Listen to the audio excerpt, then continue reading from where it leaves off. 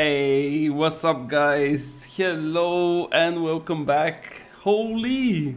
It feels like we are streaming once per year at this point. Yo guys, hello and welcome back again. As you saw, I was hiding there in the bushes because this is my out account that eventually ended up on Nissa.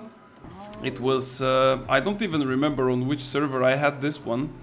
But I was using it only for wars, and of course due to the many different merges between the servers and so on, it finally ended up on Nissa. I didn't really play too much with this character, but now I'm just trying to, not really to build it or anything, but as it's keeping most of my gold from my main, I'm trying just to not get it deleted automatically, so I just decided to come and take my coconut, which is once per week of course. And then of course we will change to the other characters that we have. I've played yesterday with some friends from the old company. We did a Gorgon run, which is typical stuff to do right now, to be fair. It's once per week for the people that keep on gearing up and stuff, or they just want to try different builds. So I did the Gorgons yesterday on Ares, I think was the correct name, and then we only need to do it as well on Nissa, because I don't have a character on Draco. And yeah, most likely we will do it later tonight. I already signed up myself for a raid from the AUP's Discord, if you don't know him, which at this point I believe you do, but still, he's creating quite a lot of raids for both the Gorgons and the Worm. So we'll see if there will be enough slots. I think there will be, because it was not really full when I signed up. So hopefully we will get there.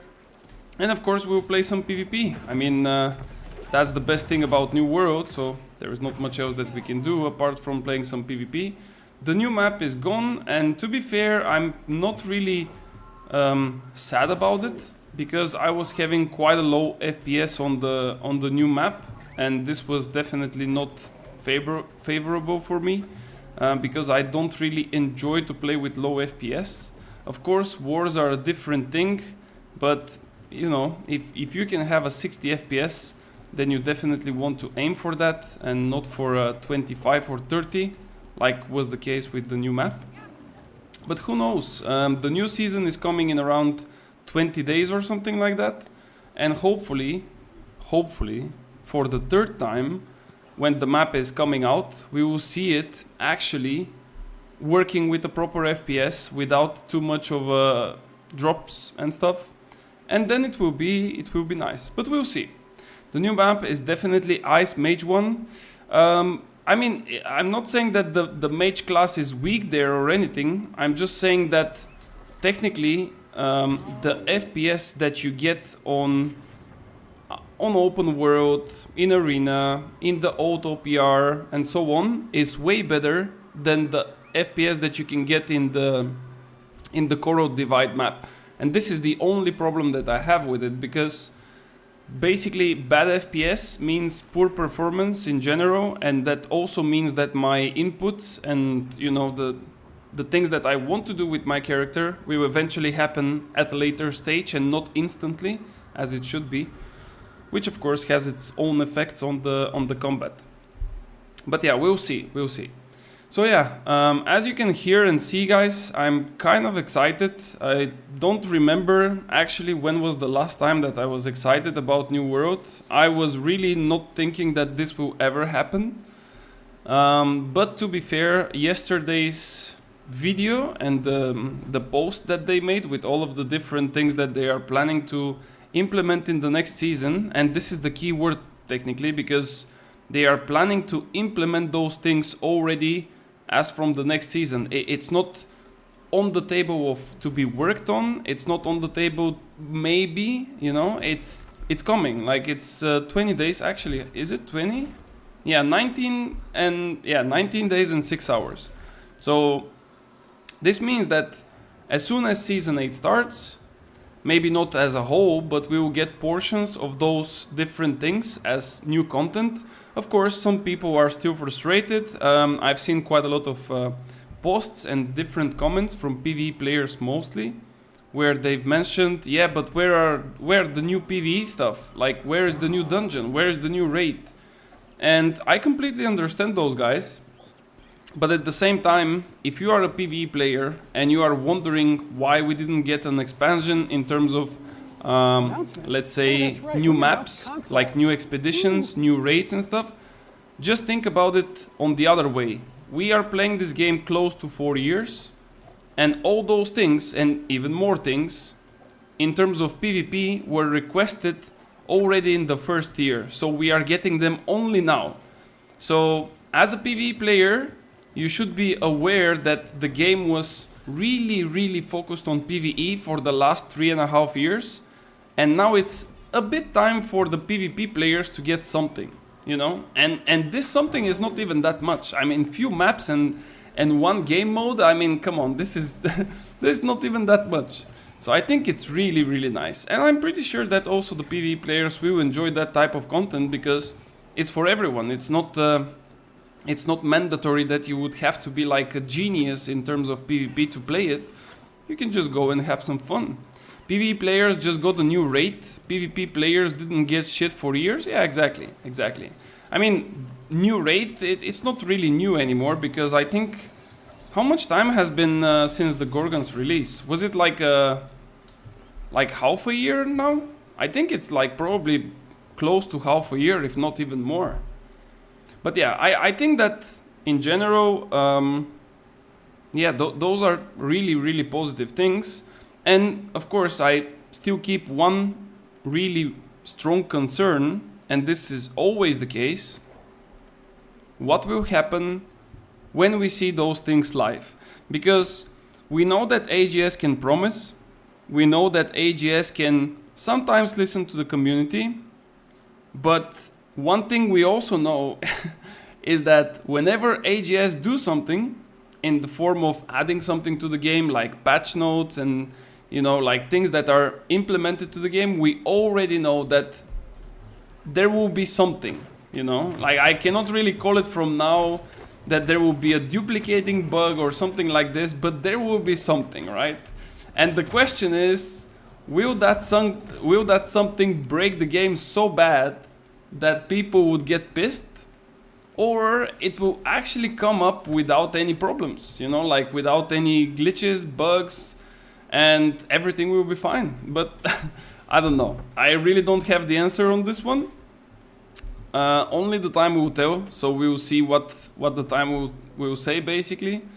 And hopefully it all goes well. And even if they do something bad, let's say that there will be some bugs and stuff, let's hope that those bugs will be quickly removed from the game, and the game will be clean. They're also going to add endless dungeons, a new raid, a new zone in the next season, maybe. Yeah, I've saw something, but I'm not sure about the dungeons. I've seen something that will be some kind of a challenge in between the different factions, where basically the factions will have to do some dungeons in the form of like some content. I don't know what exactly it will be. Maybe there will be like challenges of do this under this, you know, time, or do this amount of score. I don't really know what will be, because there was no details.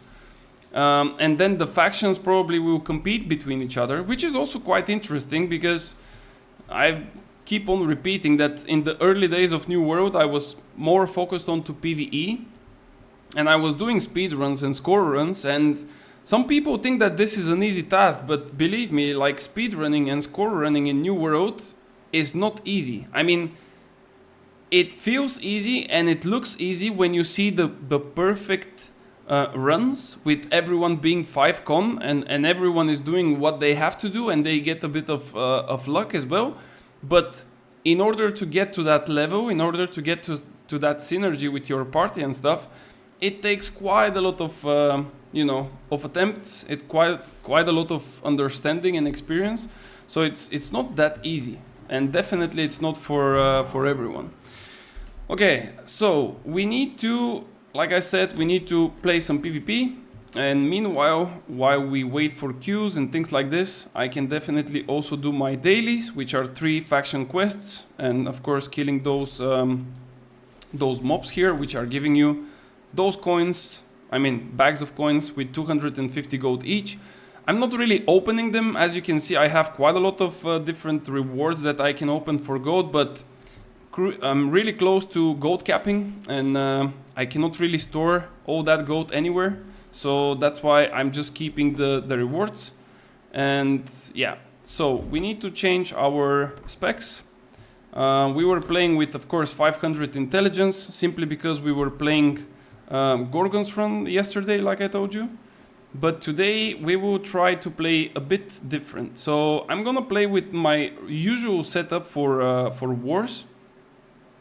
But the one thing that we kind of want to change, maybe I will take this earring here so I don't overlap 5 refreshings. One thing I want to try is to play with extremely risky build without the featherweight, but with the winged leather shoes. This is usually my DPS build, which is indeed quite strong in DPS, but it's a bit squishy. And on top of this, I will try to play without Stormform, which means that I will have less protection, let's say. So I just need to check, because I have still active buff of 44 constitution, which means that I should have 150 con. And yep, and then we're gonna go for 25 dex. And the rest, maybe all of it. I think all of it is kind of too much, so I will just go with 25 focus as well for a little bit of cooldown reduction, and then the rest in intelligence. The difference between 454 intelligence and 474 intelligence is not that much. It's definitely not that much. Alright, so let's go check the stats. I mean, not the stats, but my weapon stuff, because I need the whole point in the meteor shower whenever it's about PvP. If it's PvE, you don't really mind that. If it's PvP, it's a bit different. And then of course we need the combat speed whenever we play with the winged leather shoes, because it will give us haste every time we use an ability. It will increase the duration of the haste, and of course whenever we have haste with those boots, we will basically get more base damage, which is technically the whole logic behind it. Here we will also change to shower instead of wind chill, because as I said, we kind of want to be, you know, away from the fights. We want to play protective, and that should be it. That should be it. We just need to make sure that we position ourselves correctly, because if we get chased by melees or something like that, we will be probably their easiest target ever. So yeah, and yeah, so back to the topic of the new season. I am really excited. I really didn't think that I will get excited about New World anymore, because I was only expecting them to release the new map, to say that, oh yeah, the new map is coming, it's gonna be really nice, there you go, have fun. But it turns out that they actually did some work. How much did they work? We don't know. Was it hard? I also don't know. But will it be interesting for us? I'm pretty sure it will. Maybe not for long, because most of the things are also like just a preview, not for like a full time, let's say. Like it will be a preview of a week, most likely. But I think it's still pretty decent thing. I mean, imagine it like this: if the season is 3 months, which is usually the case. This season 7 was a bit longer, but I think that on season 8 they will go back to 3 months. If we have 3-month season, and for those 3 months we agree that we have 4 weeks per month, that's 12 weeks. If 12 weeks are the whole season, and we get 6 of those 12 weeks different things, I think it's gonna be pretty cool. I think definitely it's gonna be pretty cool. But yeah, like I said, time will tell. We'll see. Hopefully it all goes well. Hopefully they don't delay stuff. Hopefully there is no bugs. And most importantly, hopefully if there is something, which most likely will be the case, they will fix it quick enough. Same like they did with the Nvidia problem. I don't know since when this problem was the case, because I've seen different comments from people. Some people said that this problem was, you know, back in the game from like 2-3 months ago. Some people were saying that it's just now, like a fresh problem. I was a bit scared to log in, to be fair. Not by Nvidia or anything, but just in general, because I don't want to get banned, of course. But it turned out that the same day, actually, when the Discord exploded, they basically fixed it, which is really nice. And of course, we always like to, you know, talk negative stuff about AGS when they are sleeping and they don't do anything about stuff, but we have to also do the opposite. If they do stuff and they actually show that they listen and they care and they actually, you know, act upon problems, we also have to give them the shout out for doing these things. So indeed, good job. Okay, there we go. The field boss is spawning. I just need to kill 6 of those flowers that will start spawning just now. And then hopefully we can get a queue for an OPR. Most likely the queue is a bit slower now for me, because if there is an active match already, maybe there is not enough people. I don't know. I mean, it's still not peak hours for Europe. Like, I think peak hours kind of start at around 8 and they continue until 11 or 12.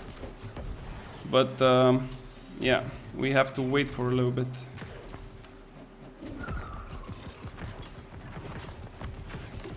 Okay. Another 250. Easy peasy. We just need to wait for a little bit, I guess, or not. Sometimes it delays the rewards. I think this is what I'm looking for, but I only have 1 still. So I need to wait for a little bit to get my second one. Technically the reward.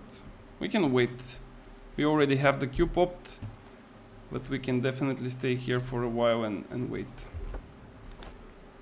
Also, another thing that I'm kind of happy and I don't need to stress out anymore is the challenges from the Season 7. I had 2 left, which were the major corrupted bridges and the activity cards. But now, since we have them, it's all good. We don't need to worry about anymore. We got our rewards in the form of different titles. And now it's completely fine. We can just sit back, relax, play some PvP, PvE, whatever comes, and just wait for the next season to hit. Why I'm not getting my reward? That's strange. Well, I guess we just go. We just have to go. Because if I wait a little bit longer, the match will start, and I won't be even able to get a good position. Okay, let's buff up. I don't think I got my coconut from this character from this week, so maybe I can also go to the PvP area a little bit later.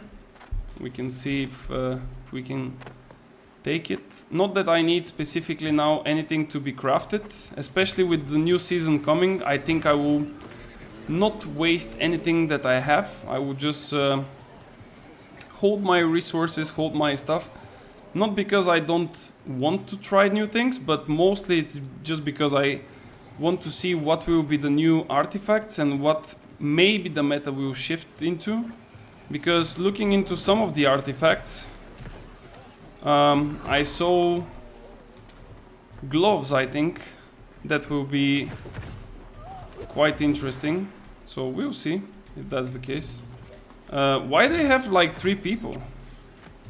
Wait, we have 20? Wait, they also have 20. Did they all go to back kappas?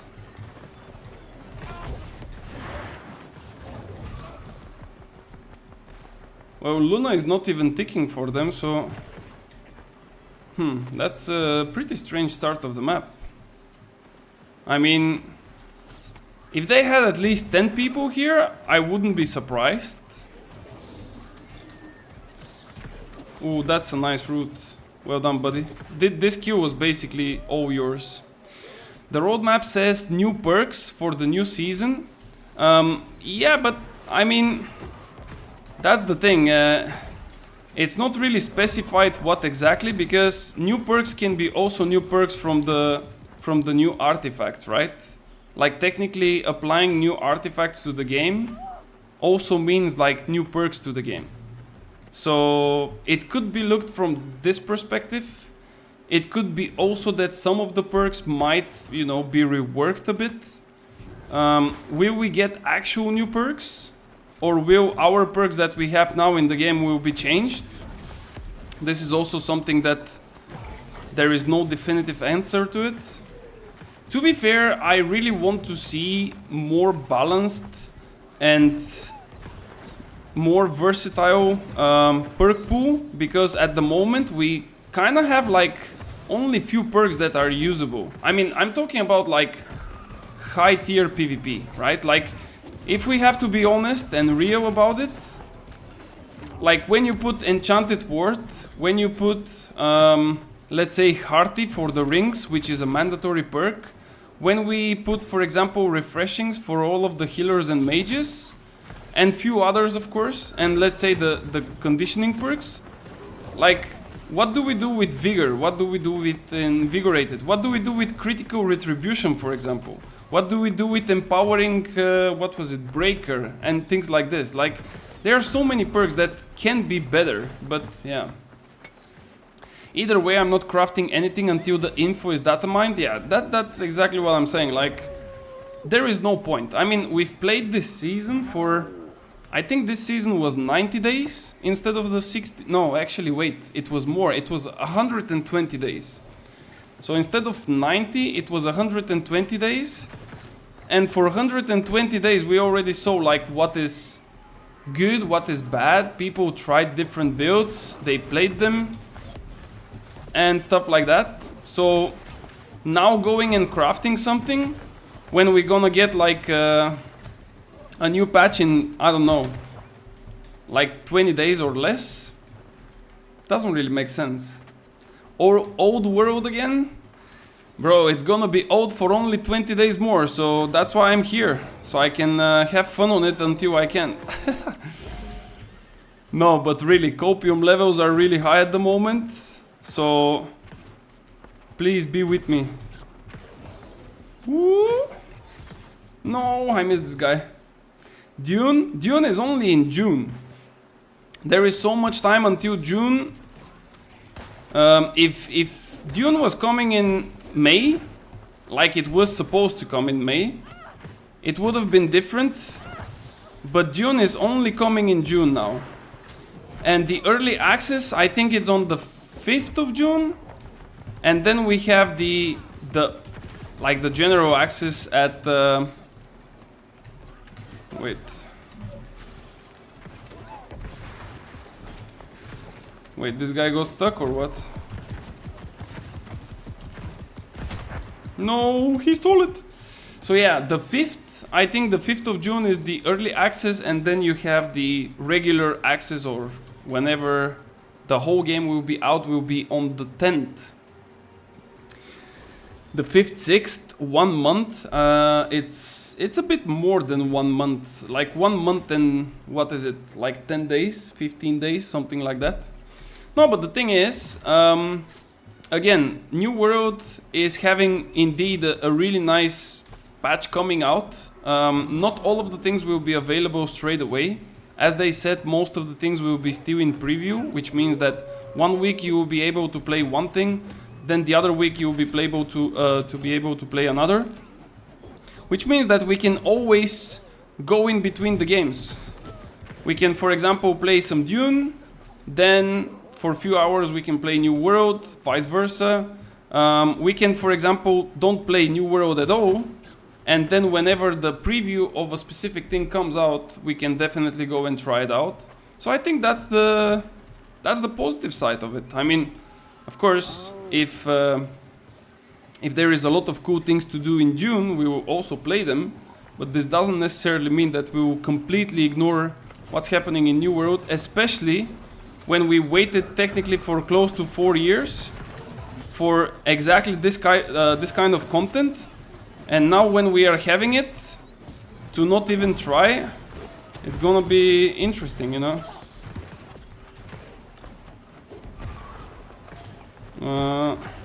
Can I steal a little bit more Qs?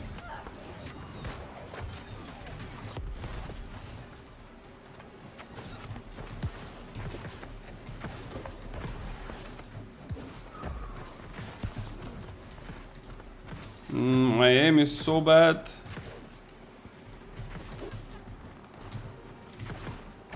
No. Yeah, I kinda forgot where I can hit and where I cannot. I thought that I can hit the, like, here, the wooden thingy. Usually you can, like, hit the edge, like here, with a fireball, and it will hit him up on top of the thingy, but yeah, I just missed it. It's a scam, beta test song for them, and copy-paste raid boss on the map. No, but I'm not talking about the raid bosses and stuff like this. The raid bosses are not really my thing, unless they are made really, like, hard and interesting. We already know those bosses from the dungeons. We already know how they work and so on. This is not what I'm excited about. I'm excited about the new 3v3 arena.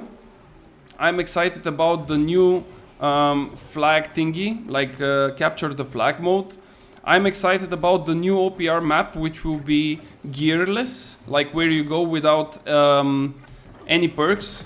Like, those are the things that are exciting me, you know? Everything else, it's not that it's bad or anything, but it's not something that I'm like, wow, I cannot really wait to play that, you know?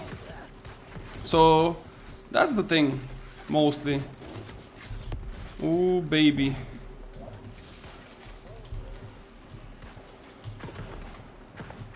Wait, how did that miss? Oh my god, I'm such a bot.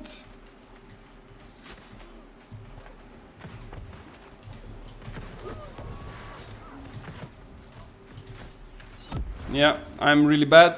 I missed him like 75 times. He had a healer as well there to help him a bit, but still, I played that really bad. Okay. Let's go. Damn, we didn't break the triple cap. No. Let me go. Give me the horse. And another thing is, we also don't know how successful Dune will be, you know? Because, yeah, we assume that Dune will be extremely nice. But what if? You know, what if Dune doesn't have that much stuff for us? What if Dune's endgame is just going and visiting like a small raid where we saw on the stream that they have, and that's about it?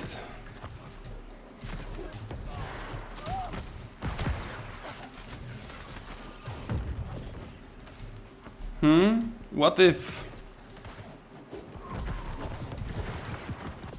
There we go. We take all of those Qs. Easy peasy. 11 Qs, 1 dead, 30 assists. Could have been better, but won't say no to this. Okay, let's go. Let's go and fight somewhere. I think they're getting the star. Oh. Do you mind if I steal a Q? No, I almost did. It was so close. But yeah, this build is doing insane amounts of damage. But the problem is, if they get closer to you, like with this in wars, if you put yourself on the correct spot, like on the somewhere where it's safe, let's say, because it can be different, it's really nice. But if somebody gets close enough, especially with melee weapons, you're just getting obliterated. How come we lost Baron? Like, it's only teammates that are coming from there, and we lost it. Maybe they got yoinked. Maybe they yoinked the Baron. Okay, let's go here. Is there any fights? I guess.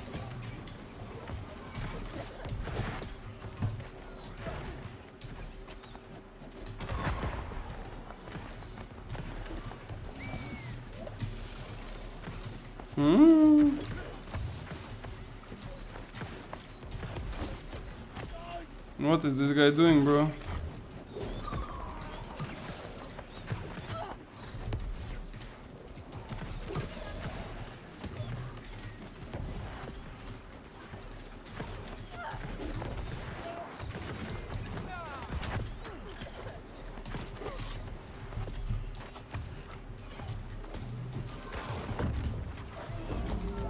This guy feels so bad now. Look at him. Look at him go! Bro, how is it possible that I'm not playing and I'm still on the fucking top, man? Like, this is just ridiculous. Like, this is just ridiculous. What if I play every day? What do we do then? I'm gonna get reported for hacks.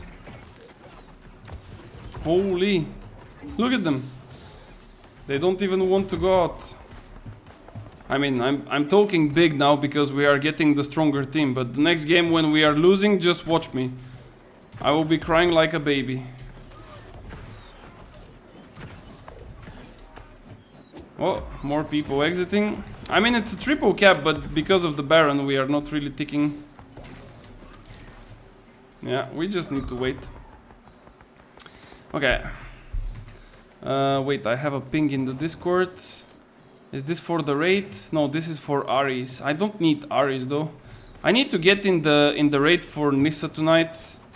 I want to get my Gorgonite inductor for tonight.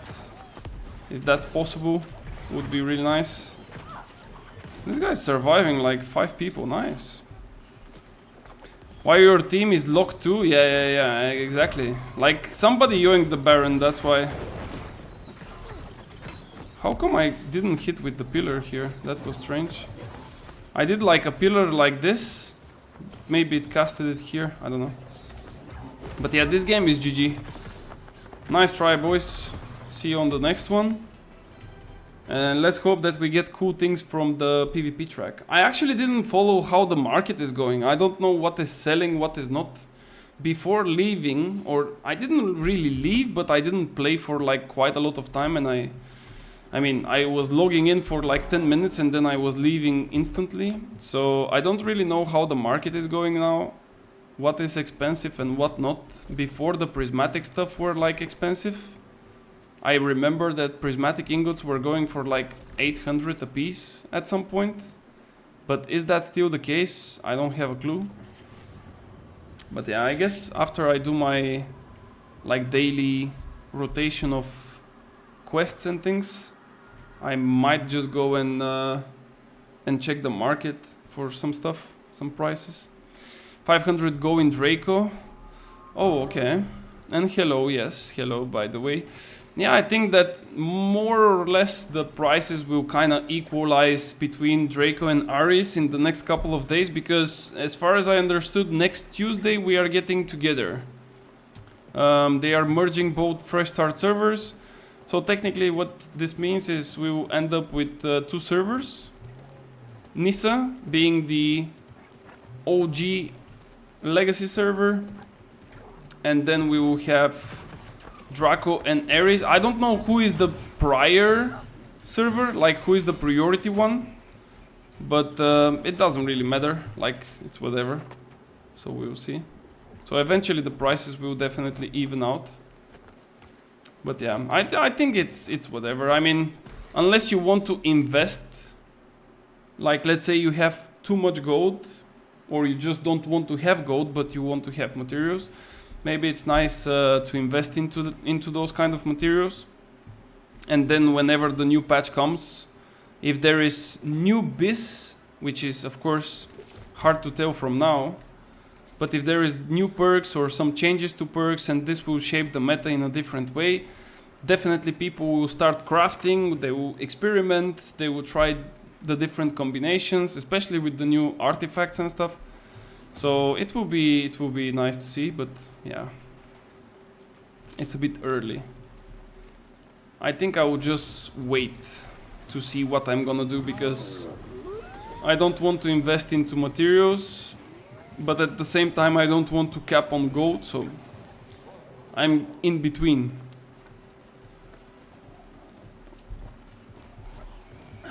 Okay, let's see. Last game we won quite easily. Let's see if this one will be the same or...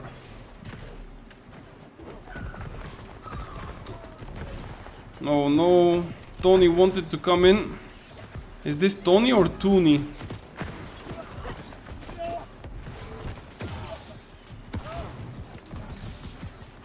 Okay. I really want to see a new OPR map. Like, I really want to see that. I don't know if this is ever coming, but this is definitely in my wish list. Or, like, I'm also fine with this map, but I have like crazy ideas how they can improve it, by the way. Like, really good ideas.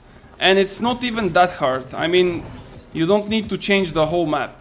You just need to change like few things, which will make it like insanely better for everyone. It will not bust the range completely, but it will also not buff that much the melee that it will be one-sided as well. Like, look, this guy is not even moving, man. But he saw on the internet that VG is nice and he was playing with VG.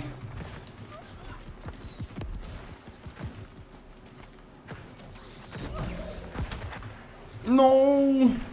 There is no shot. He used flurry right when I was about to hit him with the cannon blast. No, that's too far. Cannot hit. Okay, let's go in, boys. Be brave. I'm 150 con, but those guys, just looking at them, they die like bugs. So...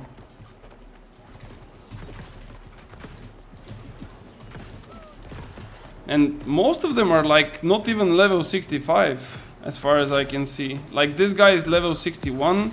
I think I've seen one other guy that was level 61. Yeah, probably it's kind of filled up with like new players, it seems like. Is that the case, guys? Are there like a lot of new players, or am I tripping? Maybe I'm tripping.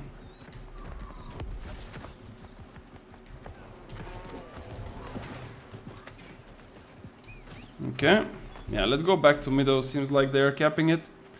New OPR map is so much better. I get one time 54 kills and the other time 50 kills. So much fight is going on.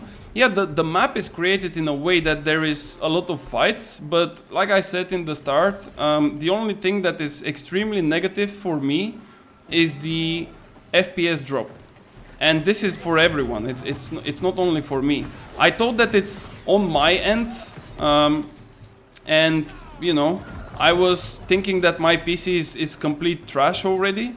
But, you know, speaking with other people, it turns out that it's not only me.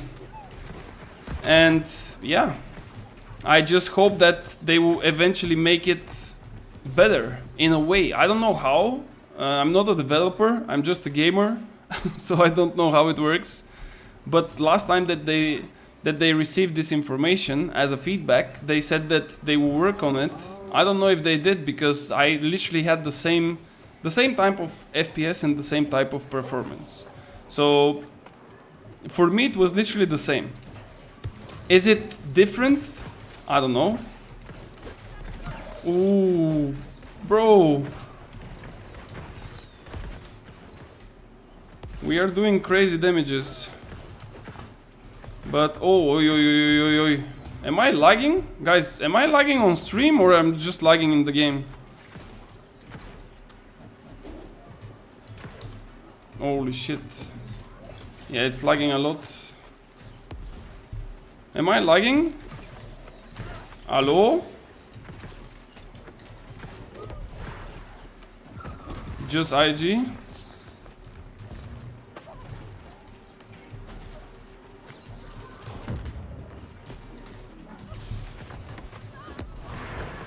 No, I cannot. Oh, this guy is playing with my build. Nice. Nah, I think it's... let me check actually the OBS. But yeah, there is no dropped frames. I think it's just the server. I think the server is kind of going crazy because it started lagging out of nowhere for no reason. Stream is okay on YouTube. Yeah, thanks guys. But indeed, I think it's just the server for some reason. What do you think about Season 8? So to conclude again, which we will speak about it quite a lot in the next couple of days for sure. I think that the changes that they did were something that even surprised me as a player who plays the game from literally day one, even one of the betas. I was not ready to hear that many things. I was ready to hear potential, let's say, barbershop. I wouldn't be surprised. But when they said like new OPR modes and shit, I was not ready for this one. I was just not. So I'm extremely good surprised by the things that they've mentioned. I hope that all of those things will come bug free, and I also hope that if there are any bugs, they will just you know, fix them as quick as they fix the problem with Nvidia. I think that if they manage to do that, right, they will bring back, to me at least, they will bring back some form of hope that they can actually do something about the game. Even though for the last 3.5 years they failed. Because even if you are the worst at something, at some point you might get it, you know, correct. Right? You could be always wrong, but at some point you will start be correct. And if this is the point where they finally start to capitalize on the game's potential, I mean, why not, right? If we had to wait just this time, we already waited, so as we are still here, why not? So we'll see. But I feel the changes are really decent. I really think that.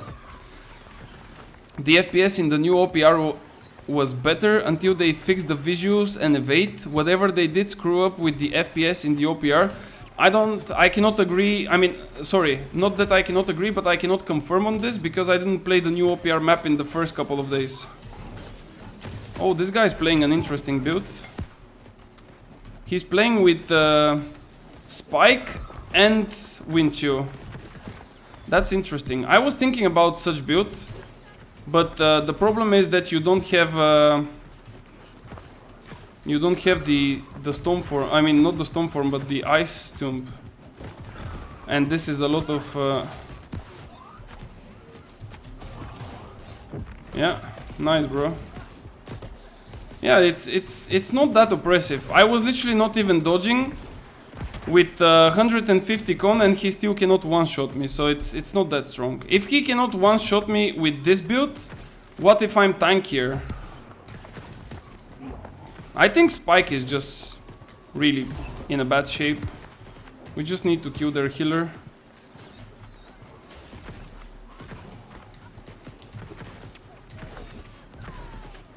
Okay. Raidu! Come on, Raidu! This sounds like some form of anime name or something.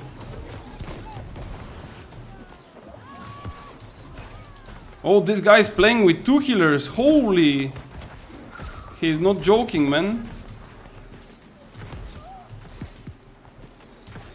No, I don't have mana to shoot my fireball. Okay, there we go. He's dead.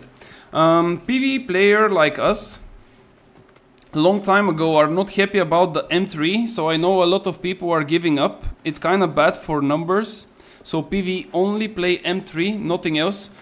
I mean, I know what you mean, but at the same time think about it from the other way. How much content was provided to the game from the beginning for PvE players, and how much content was provided from the beginning until now to the PvP players? And if you compare the things like this, then you will see that it's not fair towards the PvP players, actually, not towards the PvE one. But I fully agree with you. Yes, there should have been the perfect scenario would be that both PvE and PvP get their share, right? It would have been nice if we get all of that on top of, let's say, a few dungeons and maybe a raid and maybe something else. But unfortunately, we cannot get all of that because they just don't make that much. So yeah, positive things has been announced for the season 8, but wait for the weapon ballast post. Fire staff and void gauntlet are actually insane. I don't think that Fire Staff is that insane, and even if you think that I'm biased towards the weapon, I would also agree with you, but Fire Staff is not as strong as is Void Gauntlet. In my opinion, the most broken weapons, and when I say broken, it doesn't mean that they are destroying everyone, they just give so much advantage to people that is just ridiculous. The most broken things in the game are Void Gauntlet on first place, Life Staff on second place, and then you have Sword and Shield, Spear, and maybe Hatchet, but not Hatchet in form of damage, but in form of Berserk. Like Berserk has to be touched. This ability is just wild. Everything else with the Hatchet is pretty normal, and I fully understand the skill needed to play it correctly. But Berserk is, sorry, but it's too easy. Let me open the door. Be right back.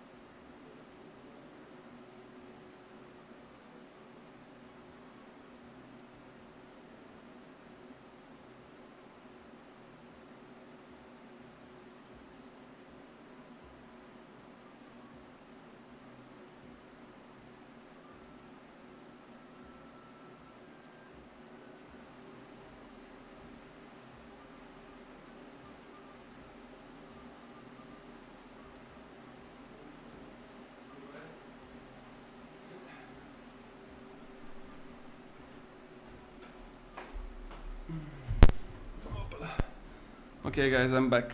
My girlfriend just come home, so I had to open the door. So what were we talking about? I think it was about the PvE and the PvP stuff. I think it's just fair that the PvP players would get some content. But this is again just my opinion, I guess. I don't know. Okay, let's see. I think it's a step in the right direction, even if it's slow process. Yeah, exactly. Like this is what I'm saying. Like, yes, they fucked up. We will never forget. I'm pretty sure that all of the OG players will never forget how many bad things AGS did. This will never be forgotten. But if they eventually start going to the right direction, it will end up as a positive thing. For me, the best PvP builds is Fire Staff and Ice Gauntlet and Musket Ice Gauntlet. I mean, yes, they are kind of strong, but there is no such thing as best build. Simply because all of the builds have their counters, like counter builds, and they also have their own, how to say, role in the battlefield. There is no one build that can beat everyone else, and there is no one build that you can only use and win against everyone else. It's just not possible. If that was the case, 50 healers would have shown to the war and they would just win. But this doesn't work. You need a good mix between everything else. Fire Staff dominates all ranged weapons, especially with autolock and aim assist. What do you base your, let's say, opinion on? If you tell me what do you base your opinion on, we can talk about it. And then we can see. If you base your opinion on OPR, I'm straight up gonna tell you that this is a wrong statistic to check. OPR is not where you want to look at. Definitely. SNS is the most broken shit. It's one of the most broken things. And it's just because of the passive skill tree. I think the passives of the SNS are a bit ridiculous. I play broken builds, VG life stuff. I send to OPR, look damage, Qs, heals. Yeah, I mean, it's wild. Oh wait, the game is already started. Can we kill this guy? Oh, he has a healer, but he was busy. Lol, you broke.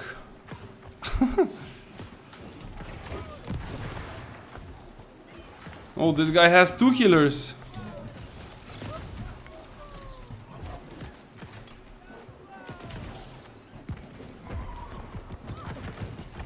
Oh yeah, those are the healers with I forgot what was the name of the perk where you run like crazy with 40% movement speed and stuff like this. Can you show your gear? Yeah, just remind me after this game and I will go through my gear. What about fire staff? Fire staff, like, okay, let me try to excuse myself as a biased fire staff player. Fire staff has insane damage, but only when you leave this fire staff free. What I mean by this is, let's assume that there is a fight in this area here on the point, right? If I'm standing up there and I'm DPSing, you will have a hard time. But if you have like people with brain, I would call it, and those people know how to chase me and how to put pressure on me, I will never be able to freely cast and DPS everyone around me, you know? And this is where fire staff is really weak, because as a bow player you have quite a lot of movement speed. You can definitely just run away. With fire staff, the only thing that you might have is if you play with Ice Gauntlet and you can use the Entomb. Like, fire staff is extremely weak once you get proper pressure on him. If you don't put pressure, every weapon is good. It's the same for musket. Like, if you leave me shooting for free, I'm also really good with musket, you know? I can say, oh, look at my damage.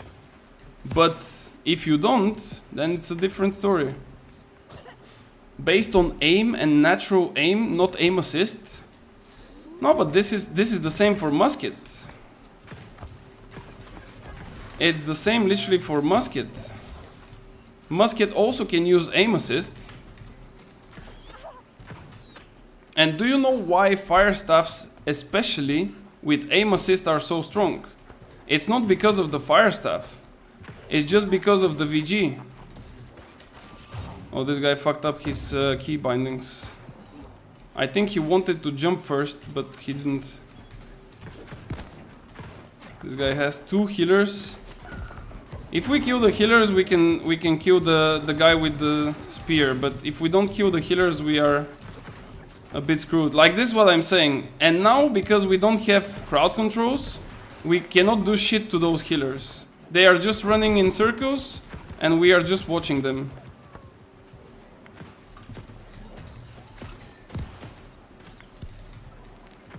Yeah. And now my fire staff is completely useless. You see what I mean? You forgot the projectile size. Fire staff is better than bows and muskets. Kinda true, but not fully. Because, yes, you have a bigger projectile, but with fire staff, you cannot stop your attack.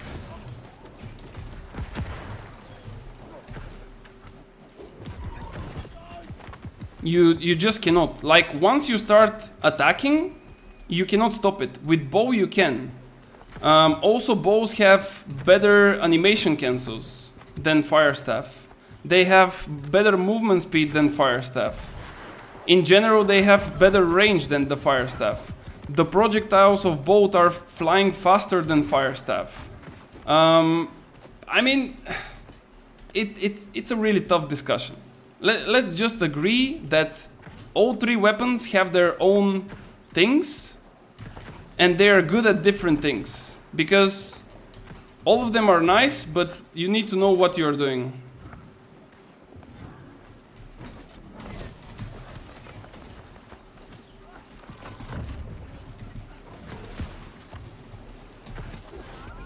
If this was a 1v1, I could have won, but he had like few people around.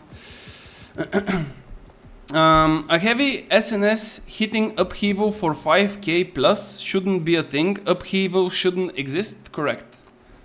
Like this is exactly what I'm talking about. The SNS is not a problem if the skill tree is looked upon. If they touch a little bit the skill tree, it's all good. If they leave it as it is, it's broken. Some classes need to invest heavily into gear just so they can get like 50 to 20% in power. Sword and Shield can have a 40% in power with a single heavy attack. Like if this somehow makes sense for you, I mean,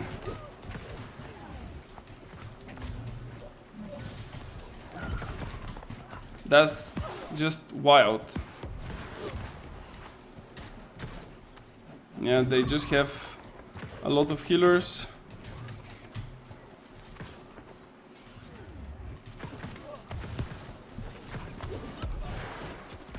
No, Tommy die. He would no. He used Entomb.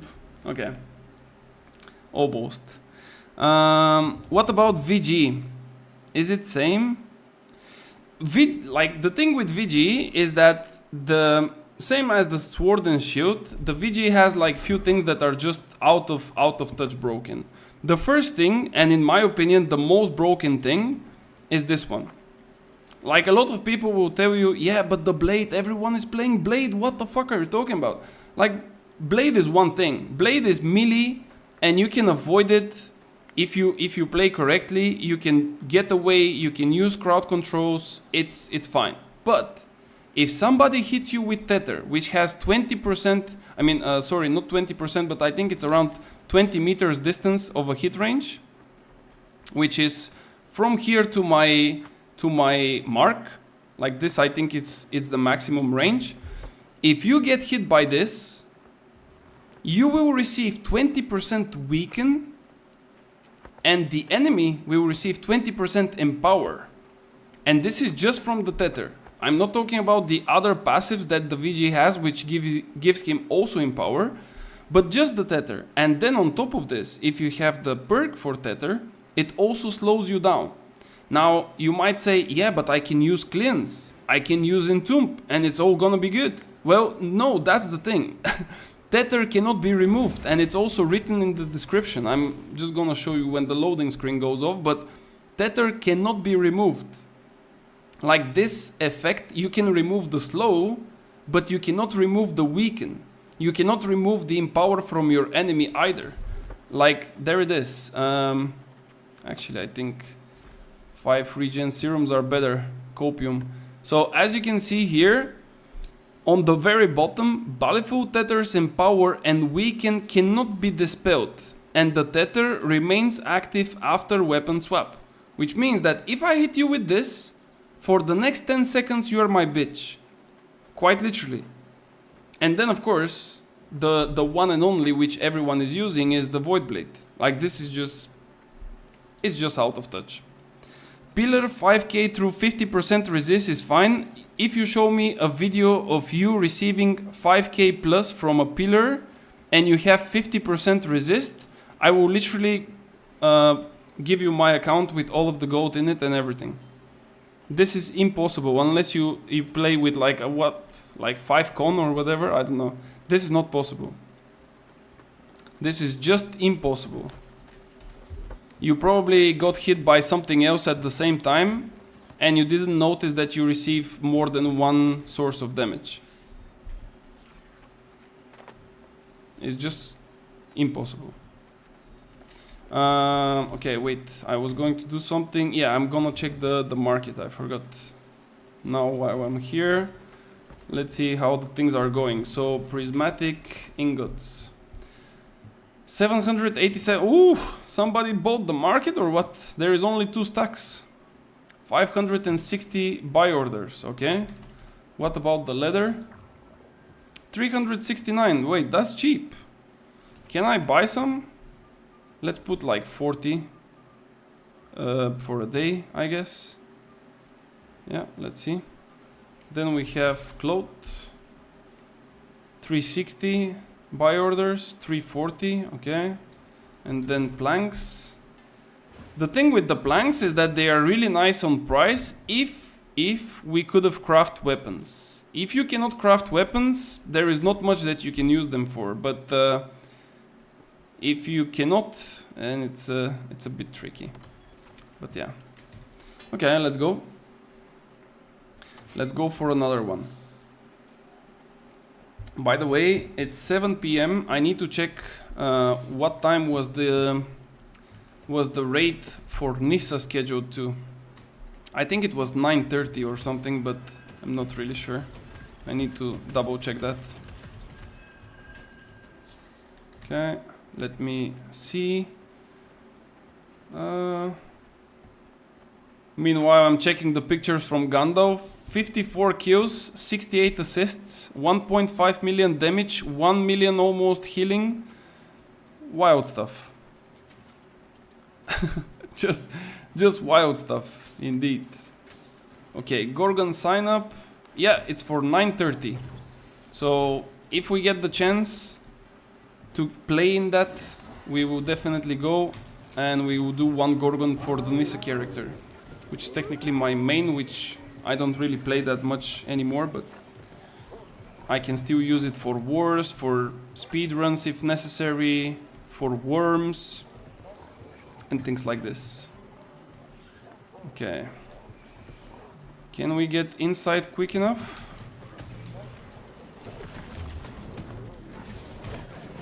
I hate this, yeah. And this is a combo of a sword and shield guy. 3 clicks. If I don't dodge his initial... Wait, did I get bugged? No. If I don't dodge his initial opening of the jump, like if I cannot dodge it, everything after the jump hits, because there is no... How to say? There is no time frame where you can dodge and get away, because you get staggered by the jump.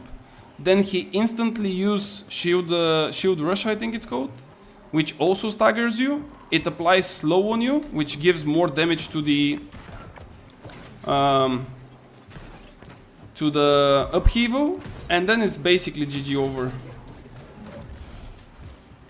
And of course, if I hit him, he will also die, because he's playing super low con.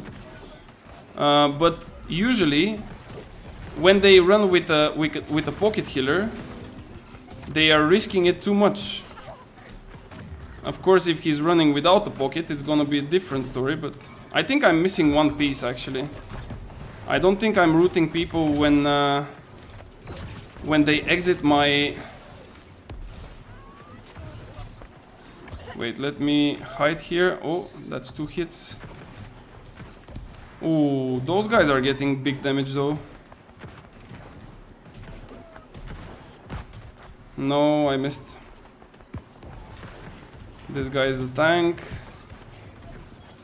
Like, this is my perfect position if I'm a DPS with mage, right? Like, if I stay on this position, you can only see me like hard damaging, and you can tell, oh, fire staff is like broken, you know? It's simply because I'm free to do damage. Like, nobody is stopping me, nobody is putting some pressure on me, nothing happens. I can just dish out like insane damages for free. It's basically free. But if I don't have that freedom, it's really rough.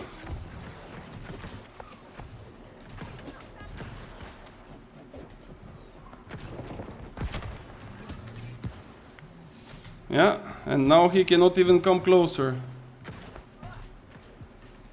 he's gonna go now to search some people there on low HP. It's all about openings, guys. It's all about openings and positioning. That's why I cannot agree that a build is extremely strong and there is no like play around it, or like a counter play or anything, you know? There is counter play for everything as long as you know what you're doing. If you don't know what you're doing, then it's a problem.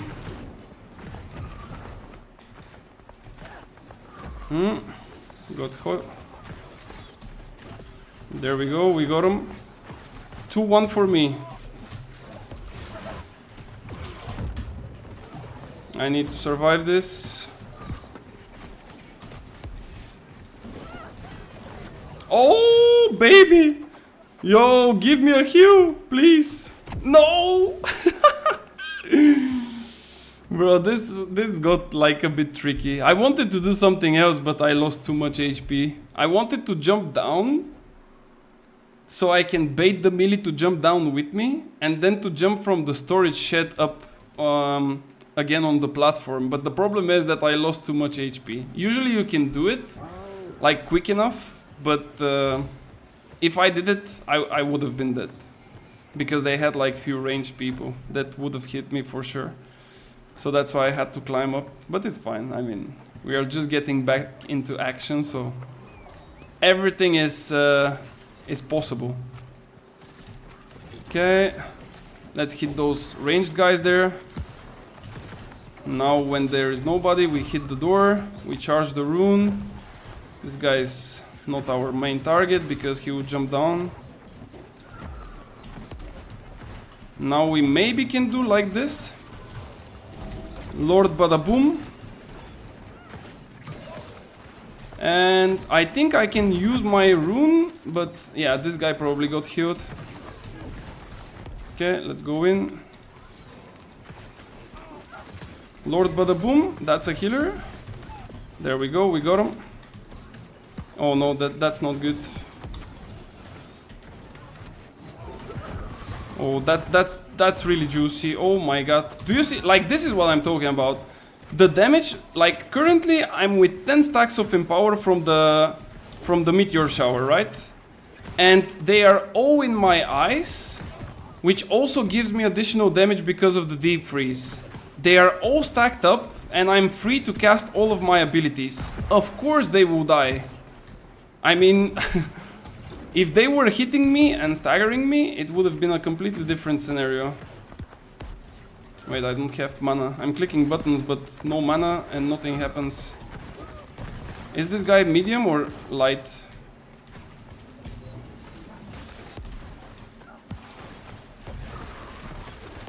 Well, he's dead. This is all I know. Oh! This guy's playing with the wall. Holy! Actually, there are so many tanks in the game nowadays. It's actually wild. Yeet!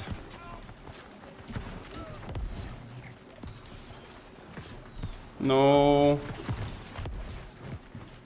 Will this guy reap me? Yes, of course. That's such a rookie play, though. Like, it's so obvious that you're gonna reap me, bro. Like, you literally dodge forward to reap me. I mean... You have to be a beginner to get on this. This guy's dead.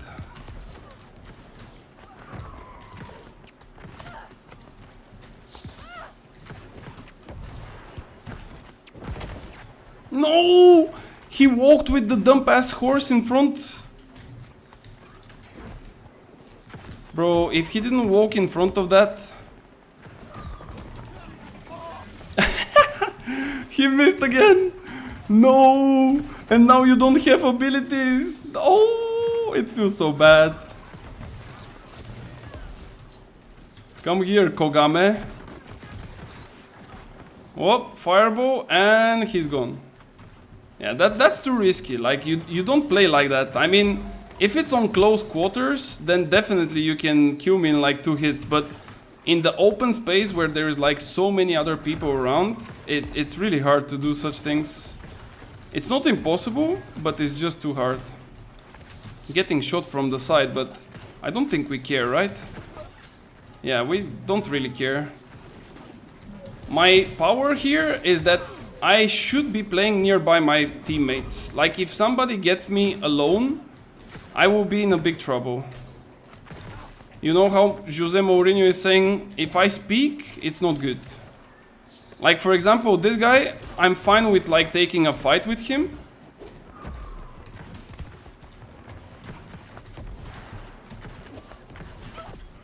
Okay, we missed a few hits, but it's all good.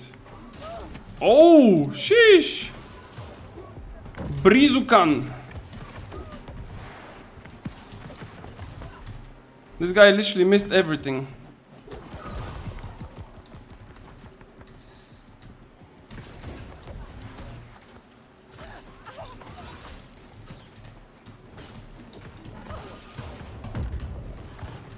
why he's wasting his abilities on my...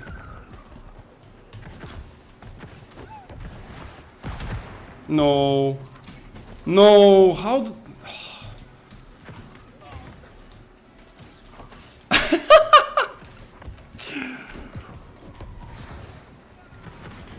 No. I need to cleanse because of the fire though. Bro, this guy's bad. I mean, he's trying. I need to give it to him that he's trying. And he's in medium as well.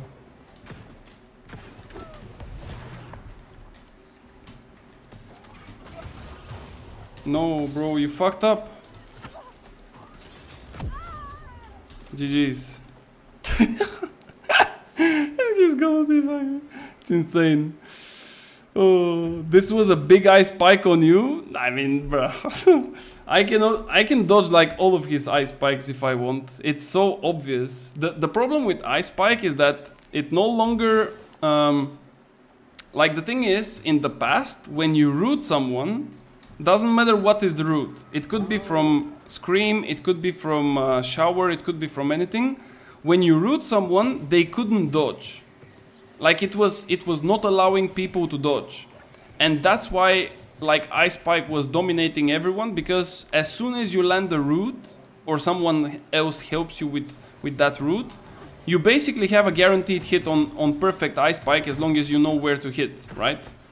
And this was like super powerful, but they changed it. So now, even if you root me, I can still dodge. And if I see you playing with Spike, the only thing that I need to do is like wait to get rooted, because this guy was obviously trying to root me first and then hit a Spike. So I can just wait. If you hit a root, I will just wait for your animation to start and I will dodge it and it's fine. And that's about it. And that's why it's not that strong anymore, because it's quite like easy to spot. And also if people know about it, they will just be aware of it, because you don't have other source of damage basically. Like your only source of damage is the Ice Spike. Of course I was kind of low HP there. I went out of stamina, which is my fault and stuff. But if I really try hard it, definitely no shot. He's gonna kill me with this.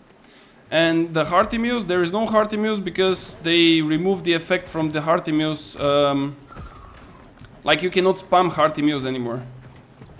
You can use like one, but that's about it.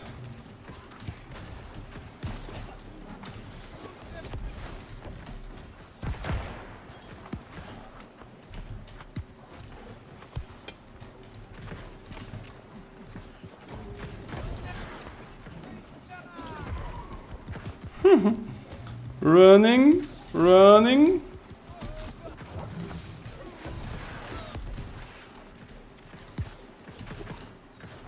Ooh, juicy.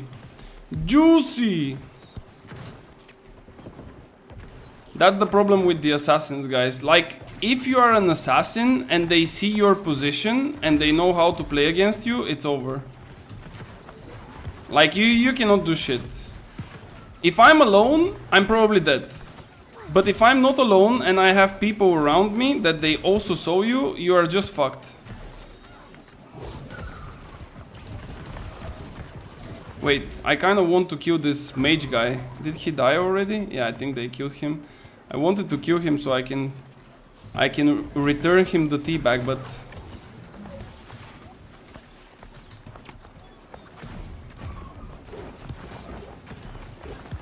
no, this is a healer.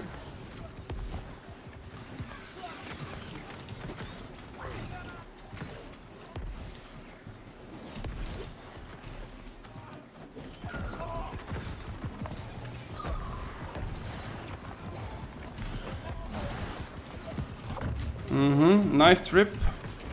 Oh, there is this, the mage that we were looking for, the Brezukan. He's no stam. I don't have... Wait, I have mana. Maybe I didn't have cooldowns only.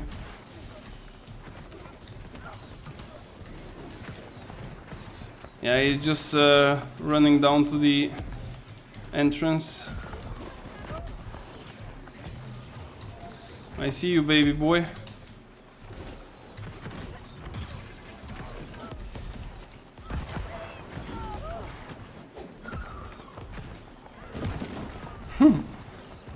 Yeah, it's good to have a pocket, isn't it?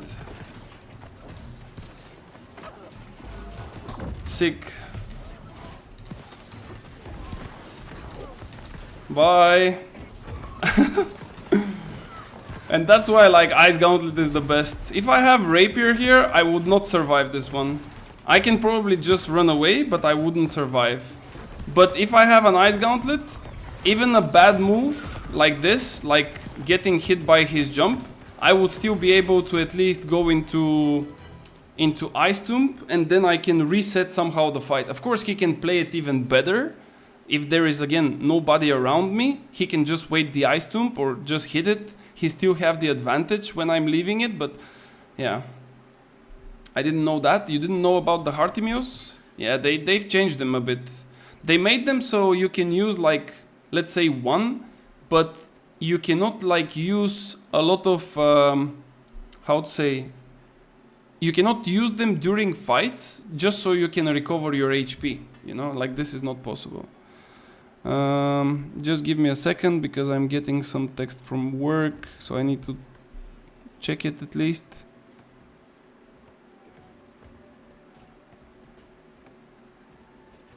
Okay. Yeah, we have to do something for work, but it's all fine. All right, let's see.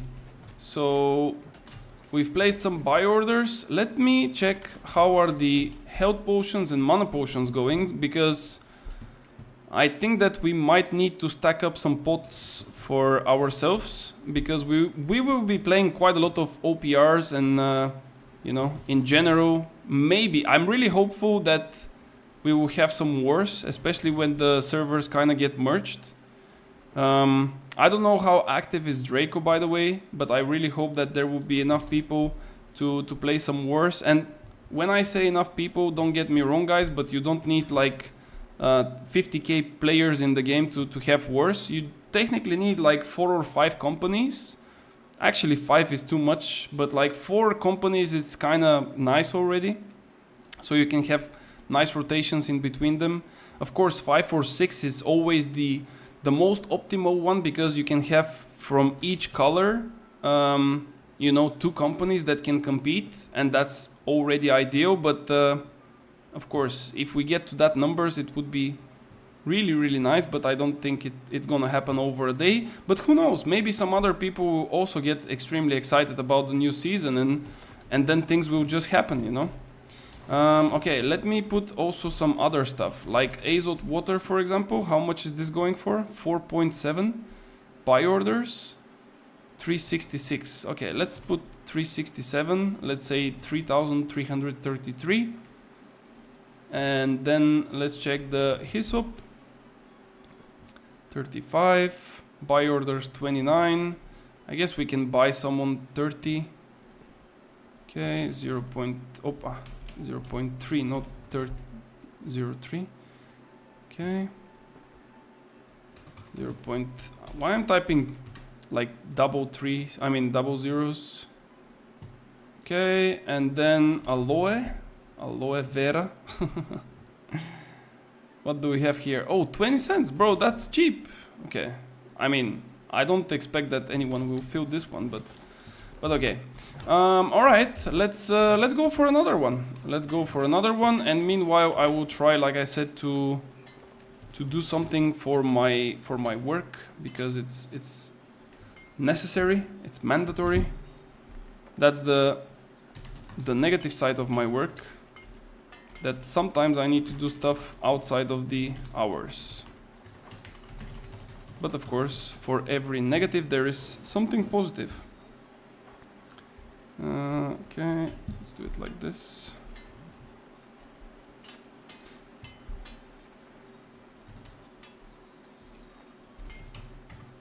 Okay. Just waiting for the queue to pop.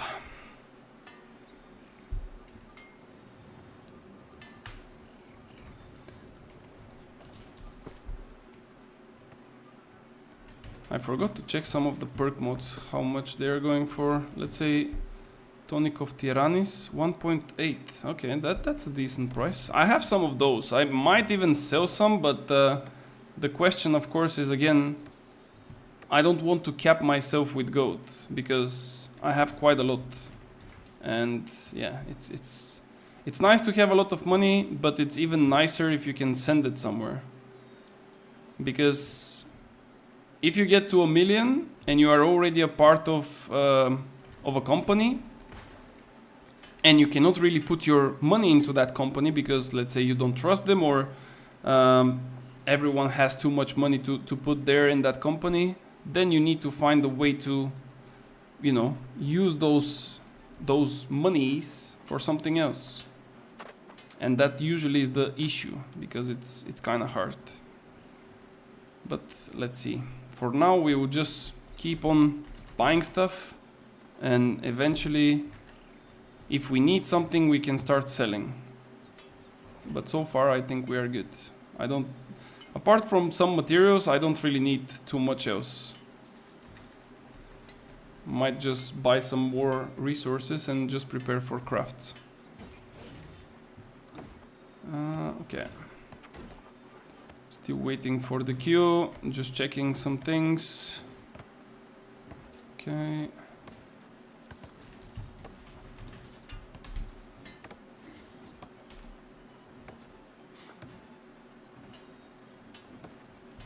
Did we have the queue? No. Man, how many OPRs are currently going? Come on, I should have a queue. Give me a queue, please.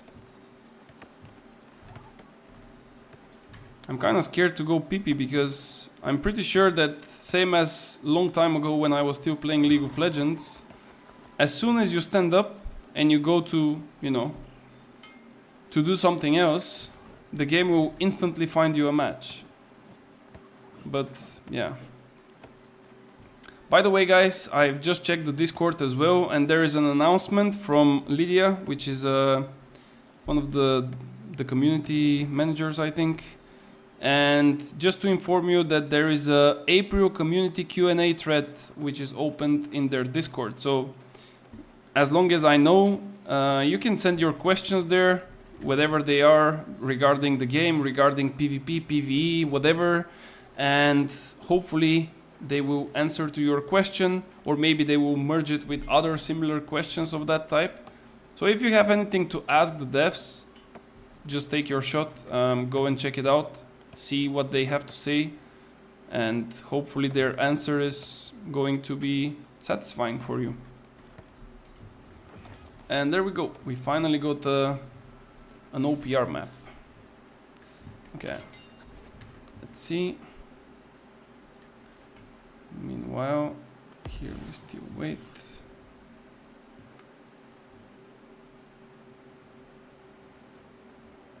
Just a second, guys.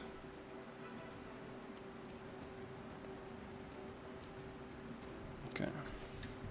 All right, let's go.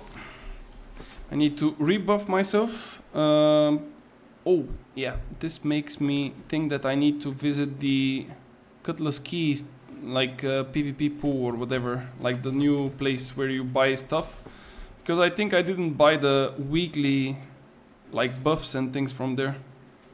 You have those like honing stones, gemstone dust, I think, some foods, overall cool looking stuff. So it would be nice if I go and use those and buy them and use them. Okay, let's have another banger of a game with the mage. I really want to get used to playing with cannon, to be fair, and my only concern is staying alive and positioning myself correctly.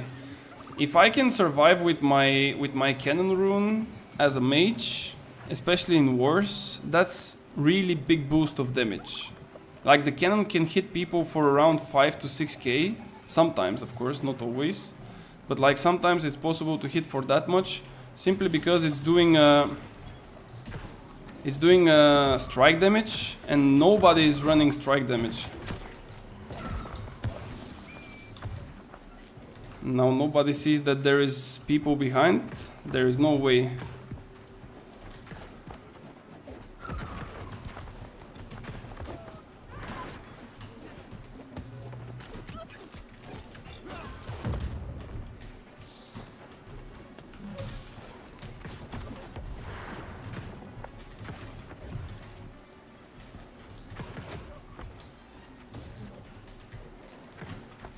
He fucked it up. He could have killed me here. I don't know what he missed, but he definitely could have killed me. Oh no, I hate this bug, by the way. I want to change the weapon, but the change happens too slow. And basically because of this, I cannot do it. And I'm wasting my abilities because of that as well.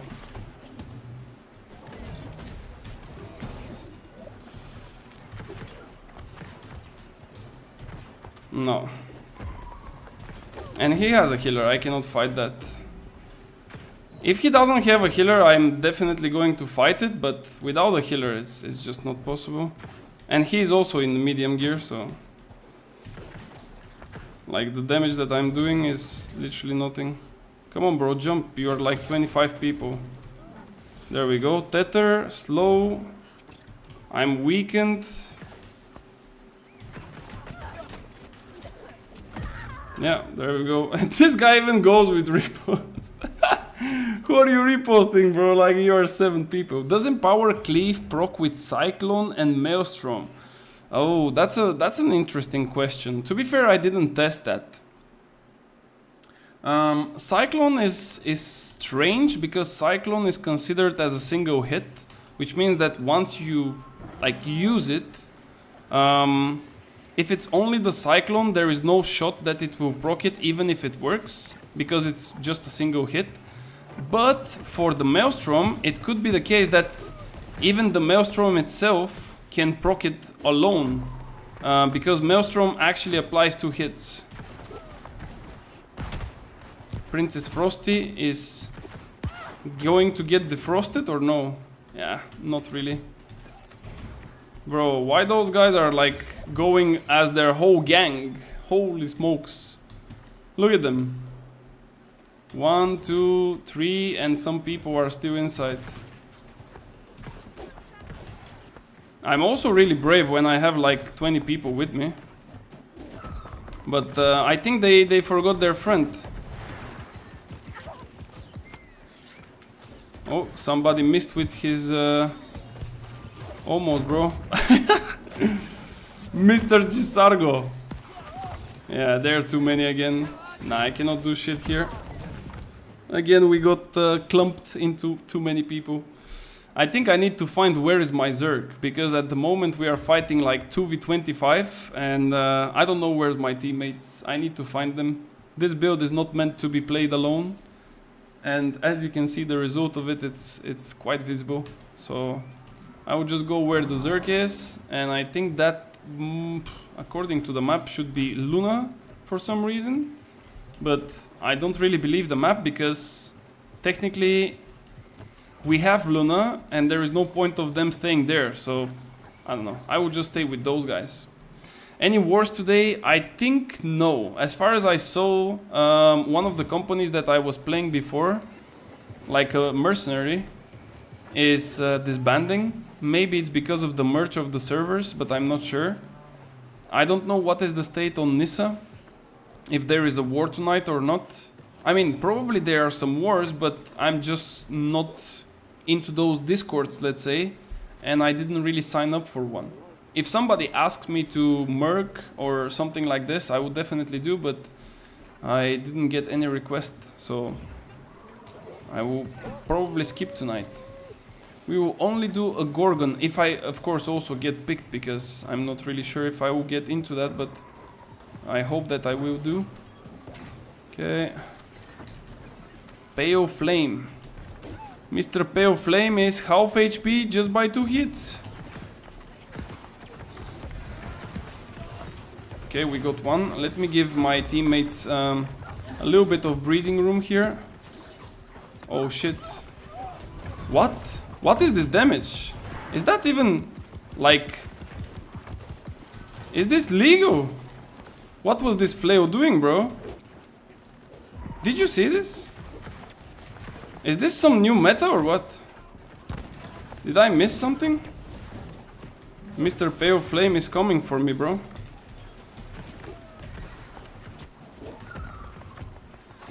Almost. See ya, buddy. See you on the next one. No, I definitely, yeah, this is exactly what I needed. This guy is using Entomb like 10 kilometers away. Bro, there is no shot. Like, my teammates are not helping me at all. It's just insane. Like, we have a healer who is not healing, and we had a guy who used detonate while he was throwing hatchets outside of the base. Like, I don't know. I think that those guys are pretty new to the game, seems like. It's just wild. But it's fine. It's fine. Let's go. It's part of the game. We just had to find a better spot. The place where I was placed and tried to do damage is not the best one. I had to somehow get in and go up as quick as possible. So let's see if this time we can make it. There is Baron in 3 minutes, which is quite some time. Okay, go back in, guys. We don't have the numbers to fight there. It's gonna be a rough one. Okay, we got 1. We got 2. OP Winston. That's one of their healers. Bro, stop it, man.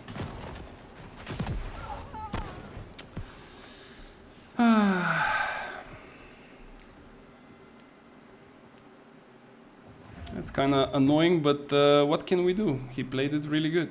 2 times in a row. 1 time he missed, I was laughing, and now 2 times in a row he's doing the combo on me. It's quite unfortunate. But it's a really juicy combo though. Pull into stun, into knockdown, into death. And this is easily doable as long as you can hit your stuff. Because the pull is doing rent, the knockdown is doing rent, and then of course you just finish off with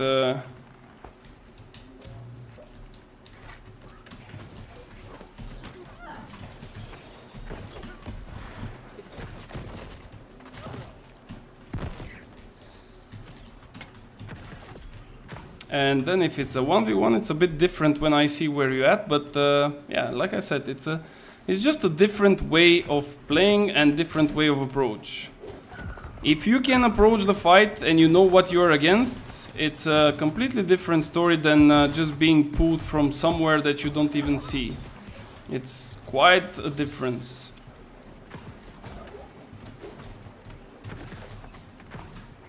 Okay, that's gonna be an interesting fight here.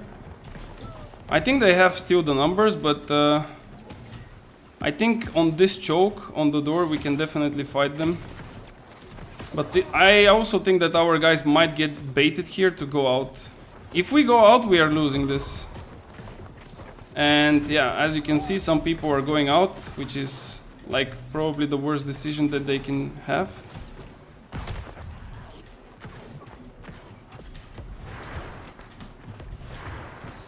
And that's exactly the reason why.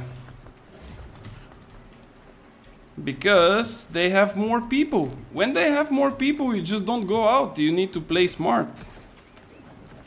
You need to play to your advantages, not to your disadvantages.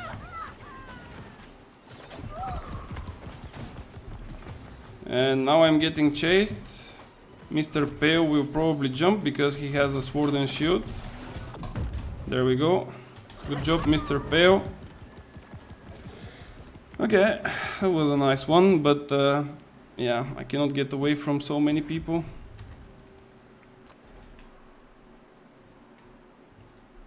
Let's see, I really don't know where is our team going. Like, it feels like we are not having the star side, but we are having the Luna side. Our guys are obsessed with Luna, feels like.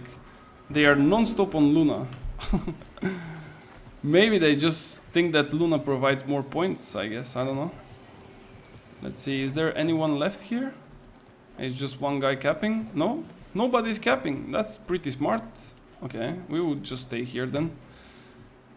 Let's just be here and wait.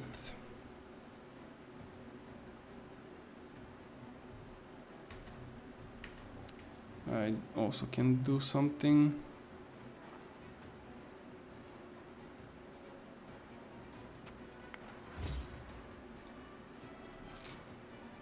Did we capture this? Not yet.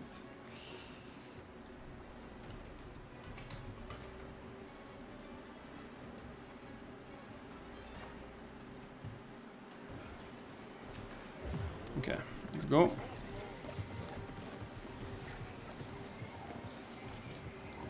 Middle has fallen and there is Baron. Where are the enemies?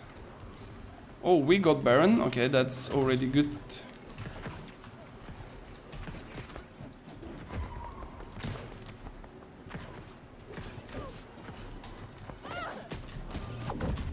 No.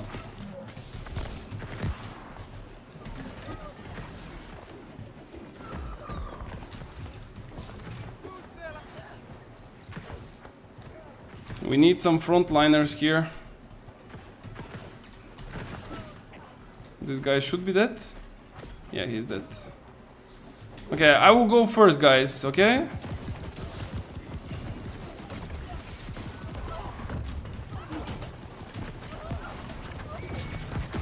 Okay, I think it's worth it. 1 for 1. I died, but it's fine. Just give me a second. Okay. I just need to do something really quickly. There we go. There we go.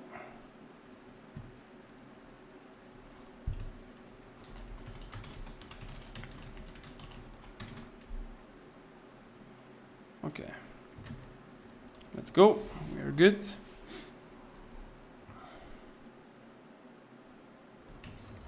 Can we actually win this game? I mean, it's really, really close. It's 470 to 270, but I think we kind of got some lead from the Baron as we locked their score. How many times did I die? Holy, it looks horrible.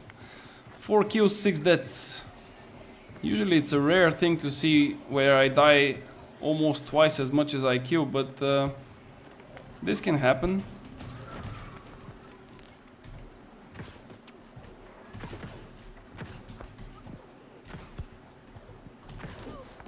Yeah, the problem is now I cannot really walk into my...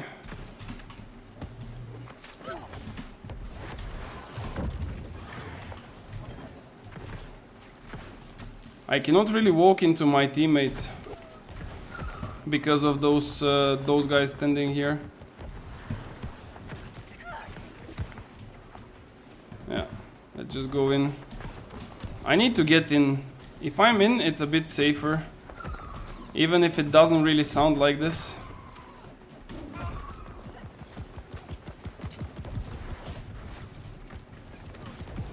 Bro, do we even have people here? Yeah, our guys are just non-existent in this game. I don't know where they are playing, but it's just wild. They're just running and doing something random. I don't understand. Like inside it's pretty much free. Everyone is just standing outside. There are people running on like 50 con probably or something. They don't even hit them with a single crowd control or anything. In such games it's really hard to play a DPS mage because you are extremely squishy and you need like a Zerg or at least a small group of people around you to play. Like you cannot really expose yourselves to assassins or anything.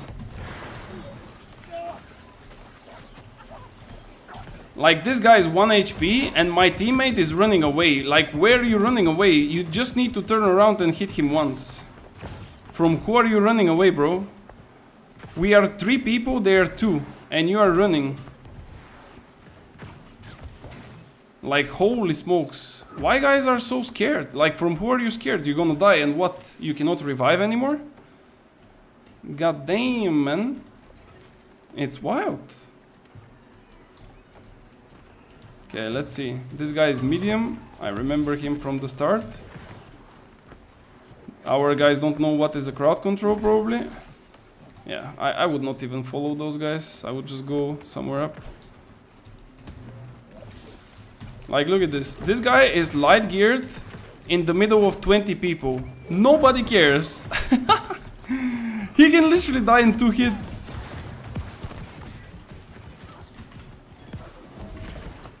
And another one. Mage with like low HP.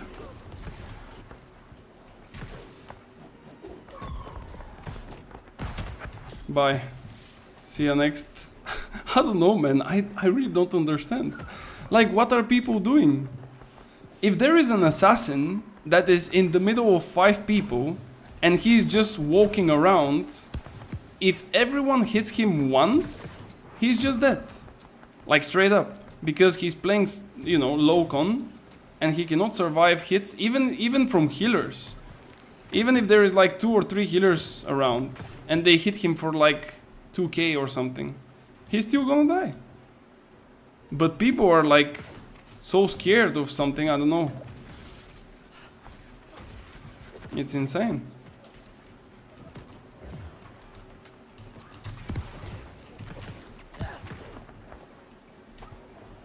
Yeah, if I had my rune here. Yeah. Did you see how many people we had inside the point? Why nobody of them went out?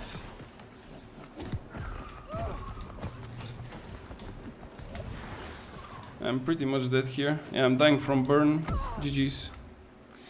Yeah, I don't understand. I really cannot play in this particular fashion. It's just not possible for me because it doesn't make sense. And when it doesn't make sense, I cannot really understand what's the logic and the thought process behind it, you know? Like, we capture a point, there is like 4 or 5 people outside of the point. Instead of going out and killing them, our team decides to run to the other side of the map and capture another point. Like, what? I don't understand. But it's okay. I guess we just shoot randomly and we have fun. Oh, Mr. Gisargo is here. Oh. Unlucky, bro.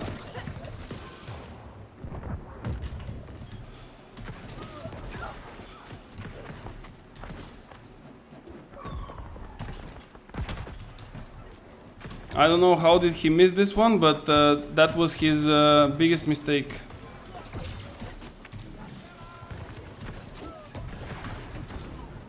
What is this guy doing now in the middle? Like, look at him. His friend is dying and he's just blocking. Like, even if you block, it's still fine as long as you know what you're doing. Wait, what?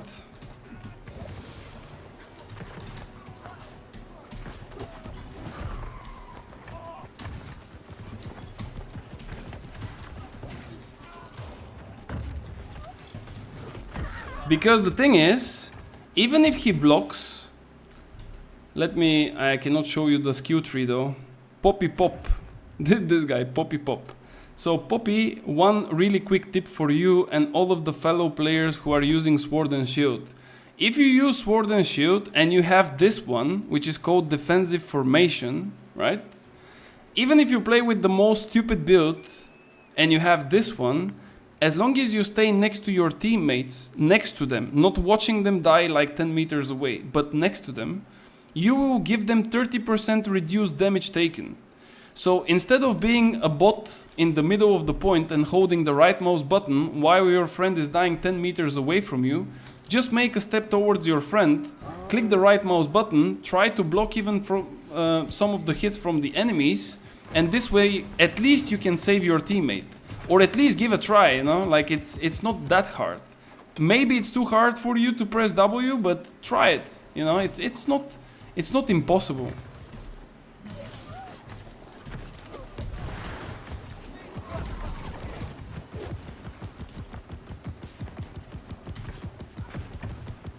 Poppy Pop. Legend. Legend in the making. Bro, this guy is grey barring so often, it's insane. What is he doing? I think he just believes. I mean, it's fine to believe, but That's a bit too much of believing. I think that Jesargo is still somewhere there, by the way. I'm looking for his Jav. Probably he will try to one-shot me again with his combo. But let's see. Is he somewhere here? Don't really see him. Yeah, maybe he's outside in the woods somewhere. Alright, let's go. Let's try another time to go with our team on middle. Poppy Pop is coming with us, so everything's gonna be fine. I believe. I believe that he heard me somehow and now he knows the best tips. And now he knows that pressing the right mouse button 50 meters away from the actual fight is not helping in any way your teammates. There is a Baron, so maybe it's a good idea to go. Our purple guy is there, so if he starts losing HP, that's not gonna be good. Is this a sword and shield? I cannot really see. I think it's a sword and shield with spear. But he's heavy. So I will just do this.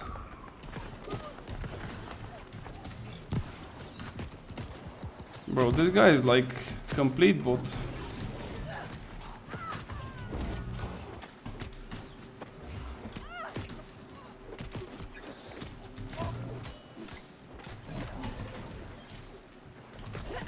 Yeah.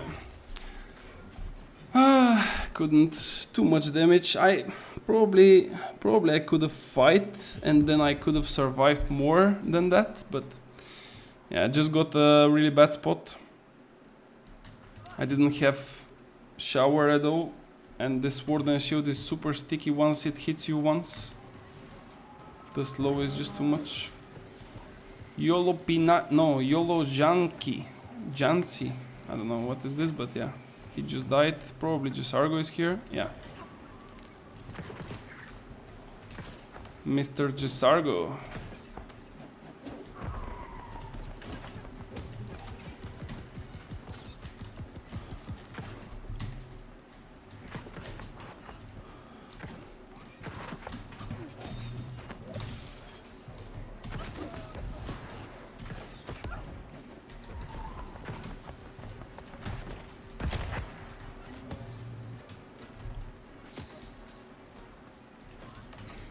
Where does he have that speed from? He's actually quite speedy. Maybe Zephyr Cakes? Yeah, probably. Oh, we got Baron. That's good. That's good. Okay, I will go and fight him down there.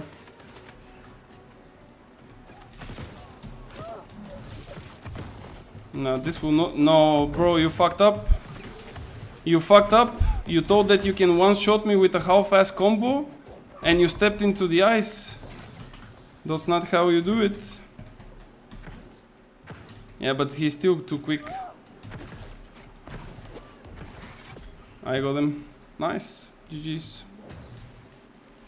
Like that's the thing with those builds, right? Like, if you do the combo properly, it's always working. Like, it's how to say, if you hit the jab and you follow it up correctly, it's definitely like a one-shot. But if you cannot hit it, it's just a doomed story. Like, it's just not gonna work. And then you need to play on cooldown, and then you need to wait and stuff like that. Ooh, this guy is so quick with his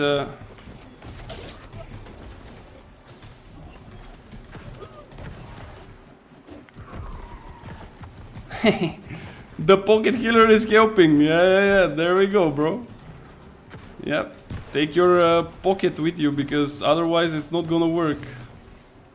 Oh, there are some more people coming in. Okay, maybe it's time to leave.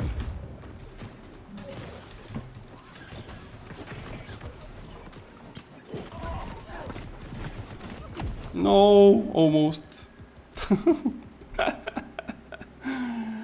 Oh my god. People running with pockets, man. It's insane. But there we go. It almost actually happened. If I managed to hit my pillar, one of them could have been dead as well. I think I did really nice damage on them, even though they got stacked. But it was just not enough for my defense to survive. Like, that's why it's kind of tricky sometimes if you play with cannon. that you cannot really survive the damage that comes. If I have a stone form, I cannot get staggered, I cannot get, you know, like knocked down, for example. And then, of course, I can just use my stone form for some HP recovery.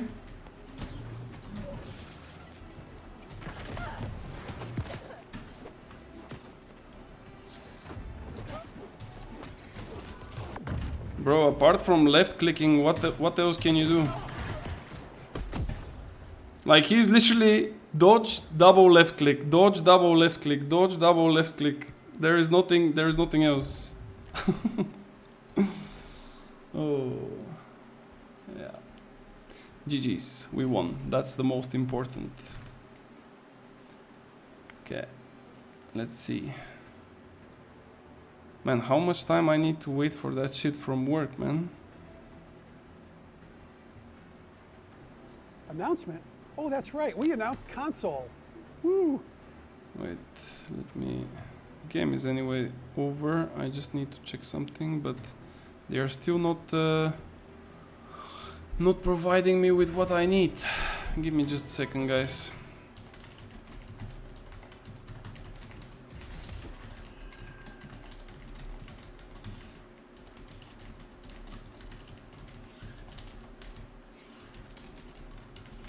Okay.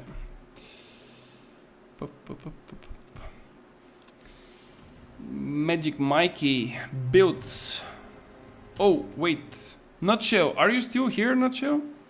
You asked me earlier about the gear and stuff, but I fully forgot. I told you to remind me, but I think that you left, and if you are not here, probably skip to go through my gear, but if you are still here, just let me know and we can take a look at it.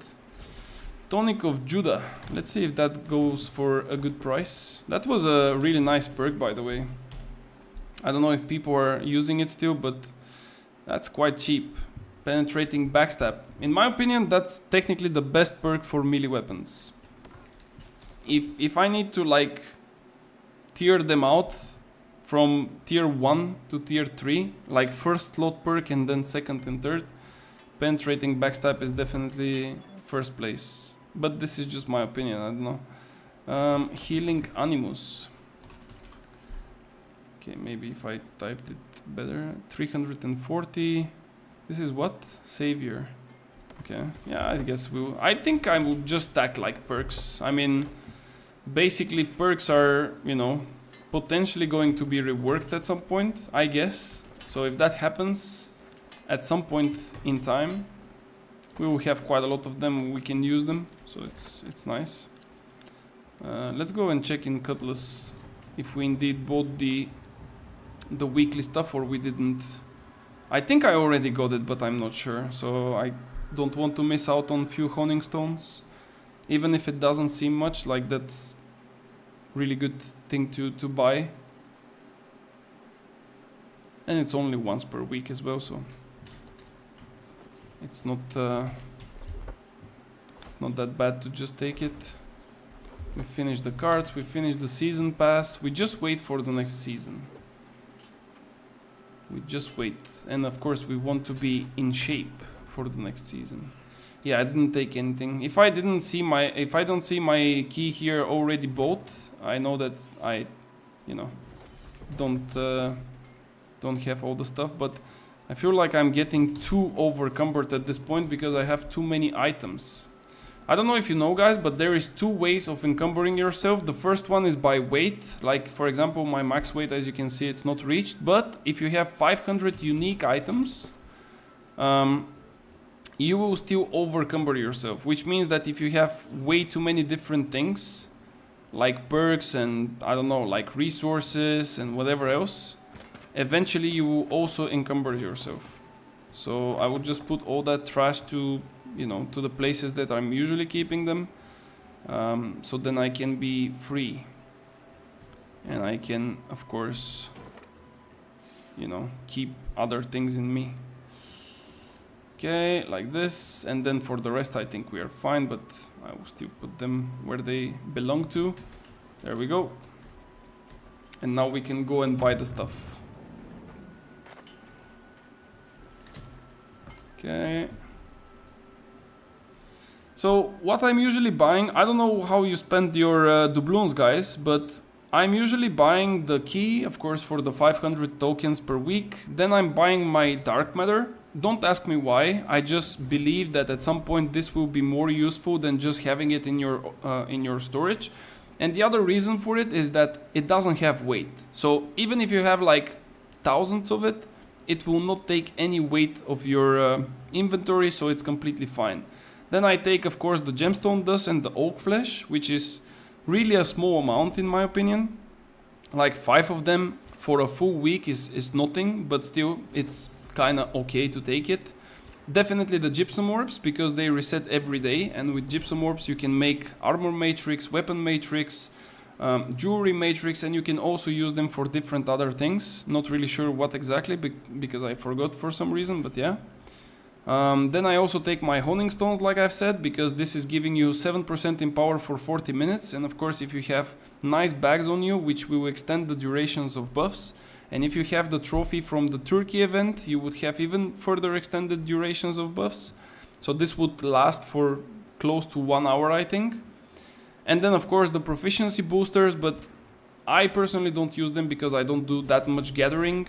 But if you do, that's a really, really nice boost to use.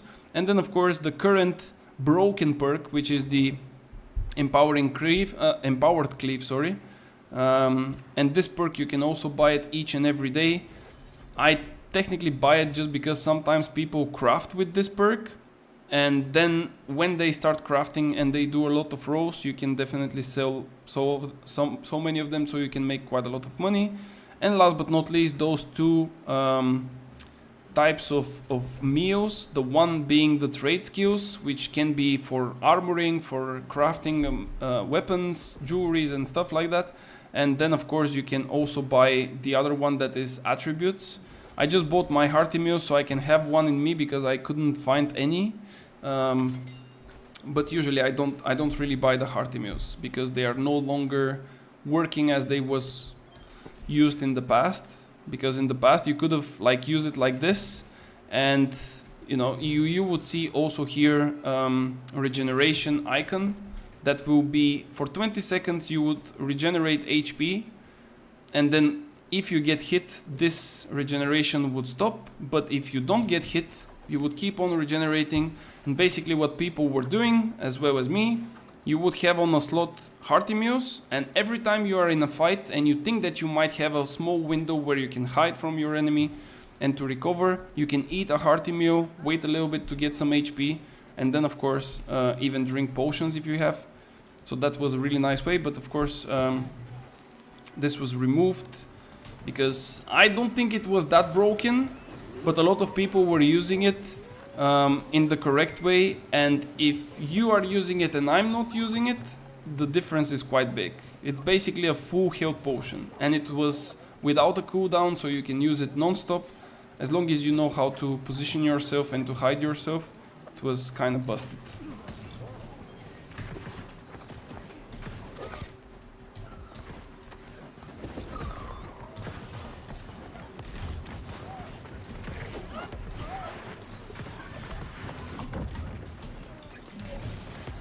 I don't really like how my teammates are still staying outside while we are winning inside. Like, look at this. This is the difference in the OPRs, by the way. Like, people just have to learn how to play.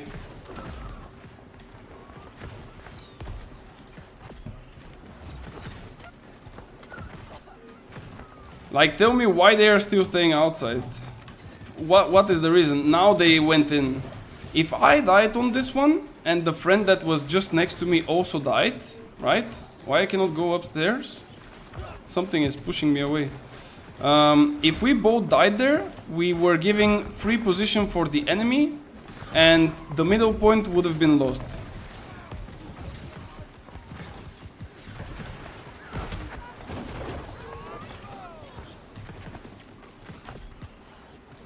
That's really good damage. But I need to be careful from the flanks. Like, the damage from in front of me cannot come, but the damage from the flanks can come. Like this guy, for example, he's playing with VG. He wants my ass, but he wasted all of his stamina. And now he should die for it, but I also don't want to die for it.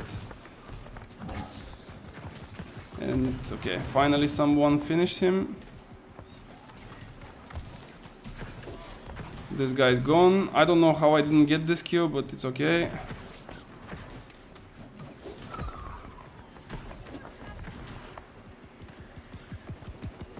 I cannot kill this guy. Even if I hit him once, I need to hit a second time and he will go behind the corner.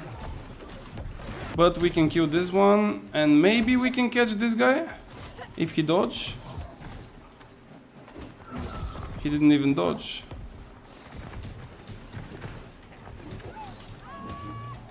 I kind of want to go in, but I don't know where my teammates. Okay, we got this one.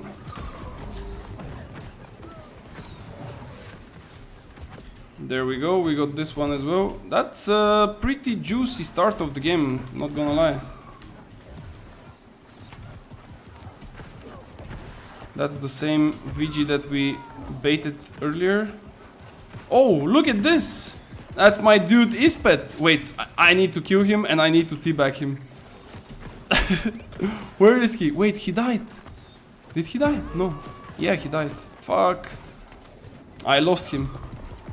This guy is a full tank, so we are just wasting our time. We don't want to bother with full tanks unless there is literally no one else.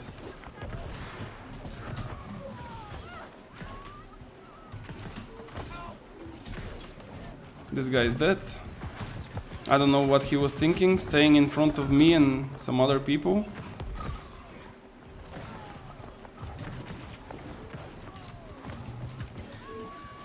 Like, usually you can always prioritize the easiest targets to fight, but you always have to remember that fire staff is more about AoEs. So if there is like a person next to me that is getting chased by 5 people from my team, right? And I have another clump of 10 people on the side, I would definitely prefer the 10 people. I would not prefer the one person that eventually will still die, but from the hand of someone else. Because there is no point.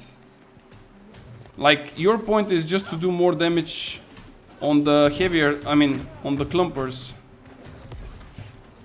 This guy made a mistake here. I also did a mistake because I missed my hits. And now maybe I will kill him. Oh shit, I missed. Yeah, I missed here, there. I could have hit him with a heavy attack to root him, but I just missed. But at least he's just trolling. I don't know what he's doing. This guy is literally trolling. He's just running around in circles. Do I have the perk that I was talking about? Yeah, I don't have it. That's why I'm not rooting them, and I'm an idiot. I'm an idiot. I need... Where are they? Those. I need those. Yeah, I actually have to craft. I think I need to craft gloves so I can replace the shirking heels with unending toe for this build. I think that I never done it. Maybe I can...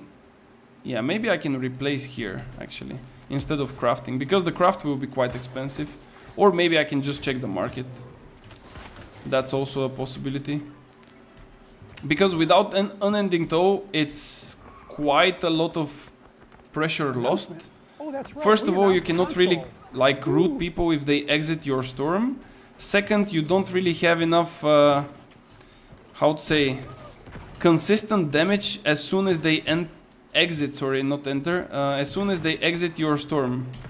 So basically you want as much as possible the effect of the storm to be active, and that's why you need unending toe. It's a mandatory perk. Whatever you play, it doesn't matter. Spike, no spike, wind chill, whatever, everything, it's definitely needed. Ooh, he dodged into my attack, bro. This felt so good. Holy smokes. He literally dodged into my attack. Oh, this guy is quite strong. He's medium, yeah. Sheesh. Okay, he's out of stun, but this mob is kinda helping him. If he goes out of stun again, I can definitely hit him with the cannon, but... Yeah, there we go. He's out now. Nice. Yeah, this one, again, one-sided. I mean, most of the games are like this. I don't think I need to explain you guys how the things work. Most of the times we will always get like one-sided team and then the other is winning. Okay, Purifying. Is anyone playing Purifying? I mean, what was the name of the perk? Draw of Healing Water. Okay, let's check. If we look for Healing Water, it's 60 gold. Well, in this case I will prefer the 700 gold that are flat. And I don't need to, you know, think about, am I gonna sell my perk or not? So, let's just take it and be happy with it. And let's go back to our main town. Or the town that we are so used to that it's actually like our second home.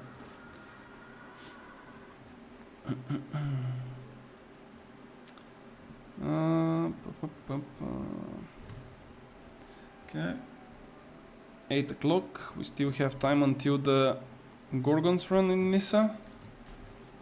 So I'm still gonna play. Oh wait, I already queued. Alright. And let's check some other things on the market as well. Like runic leather, for example. Runic leather, 100 gold. Bro, are you for real? 100 gold for runic leather. Are those guys mad or what? There is no shot. How about Osmodium?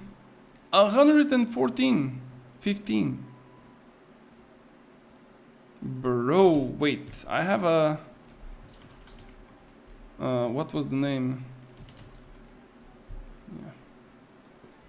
I have a small idea, guys. Please don't copy my ideas, okay? Please don't do it. Whatever you do, just don't copy my ideas. Like, just think that I'm trying something really stupid and don't copy.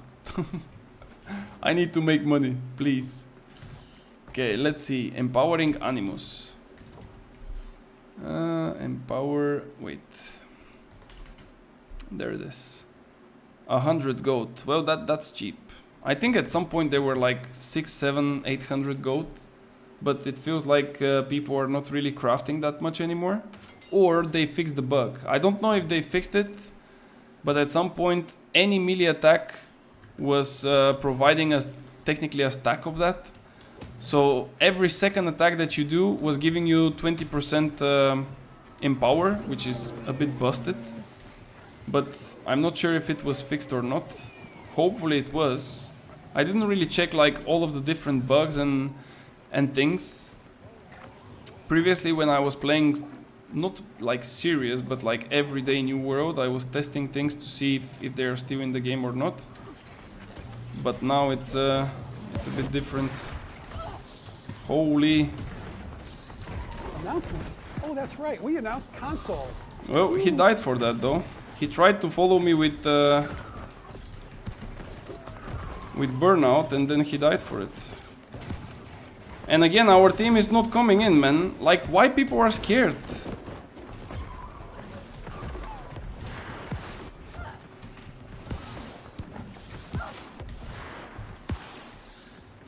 Bro, why are you playing with flare, man? You cannot be serious.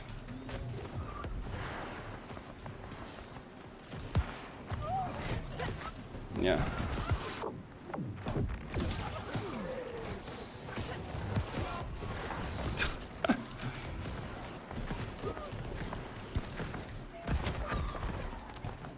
Why he's playing with flare and nobody is like punishing him?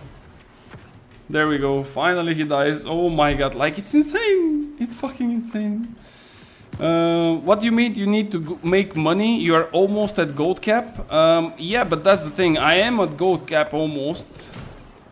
But I don't have that many resources. And usually in the past I was at gold cap and I had resources. Which is way better. But yeah. And I need to, simply because in the new season maybe we will get you know, new things, new stuff, and I definitely have to test all that stuff, you know. Charlie, leave me alone with your dump ass blunderbuss, man.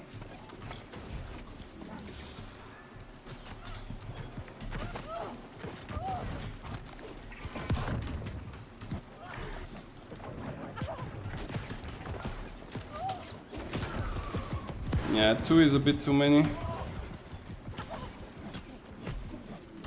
Yeah. If Charlie was not here to bother me, I was going to kill this guy with the hatchet 100%. Like, literally 100% he was dead. But when I get pressure from 2 or 3 people, it's a bit too much. It's not possible. Not with this build. Charlie is so good. Yes, Charlie is a god. Charlie is a god, but I don't know why he's still abusing this fucking VG, man. I don't know why he's not changing this shit. He's really good player, but using the most broken shit for such a long time, I don't know how he didn't get like bored from it. Maybe you are not getting bored when you kill everyone, though.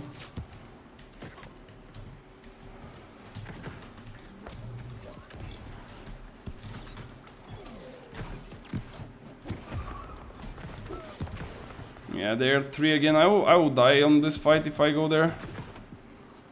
And this voodoo guy is also playing medium. He's quite tanky. Even I got bored carried by it. I mean, it's... The thing is, if you find a weapon that it's decent, but it's also like skill-based... I'm not saying that VG is not skill-based, don't get me wrong. But it's really, really forgiving, you know? And if you find a weapon that it's... you know, kind of strong, but it also requires a little bit of skill, and then you are using it like non-stop, it's nice. But if you are just using something because it's broken as fuck, and whatever you click it's still winning the trade, like it's a bit different, you know. And this is what I don't really understand. I mean, I understand it, but it's kind of lame, you know. Like, of course, if you play a war and you really want to win, then definitely you want to... you definitely want to, like, use whatever you have to so you can win, but yeah, I don't know. By the way, we are not winning this middle fight. I need to somehow get inside, but... it's just not happening. Okay, we got 1. I think now is our time. Please don't block me.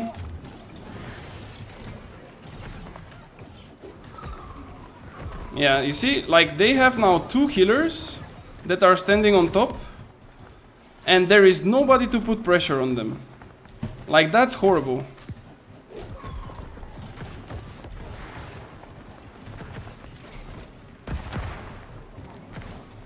Like, everyone I hit, Ethan is just making them full HP again. It's just unfortunate, man. Okay. Okay. Alright. There we go.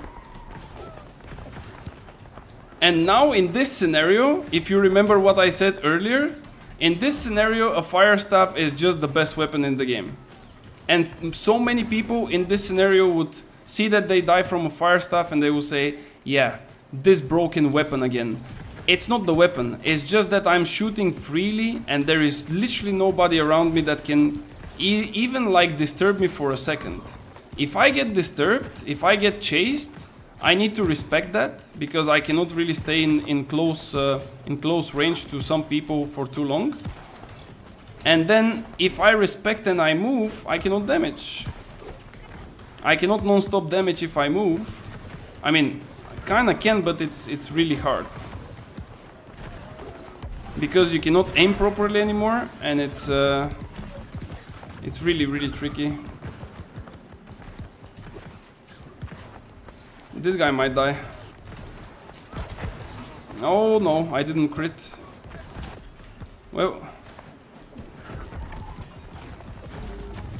I wanted to change my weapon, but Yeah, there is lag. There is some delay.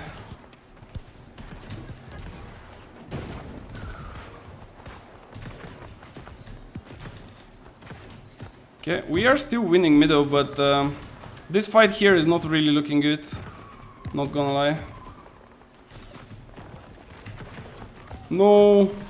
Man, I'm such a bot. Yeah. Two healers pumping each other. Good luck. Good luck killing them. He's very good but fails with meta slave syndrome and gone to VG. Yeah, exactly. That's exactly the case. I mean, it's you know, I cannot judge him for that because he also played VG before that. He was playing VG with what is the name of it? With Abyss. So it's not like he was, you know, never playing VG or anything. But like I said, it's just not that interesting anymore. Or at least for me. I mean, for some people it's clearly interesting, but if I'm two-tapping everyone just because I'm holding my left click, it's not really giving me satisfaction. But that's just me. Like if Fire Staff is two-tapping everyone, I would probably even skip. I would maybe go and play something else. Not that I will ever leave the Fire Staff in general. Like I said, if I go in wars, if I go to play like for high stakes, it's definitely going to be the case that I will be playing for a win, and then it's a different story. But yeah, can we actually push them here? I think we kind of push them on the side, which is nice. Can we kill this Dutch voodoo? Look at this. 2 hits and my stone form is gone. Like literally 2 hits. And Beyonder is with him or what? He's running like an ambulance.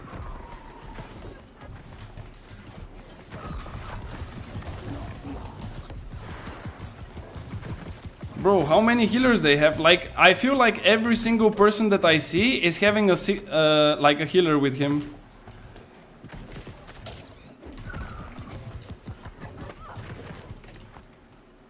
Charlie, come alone, bro.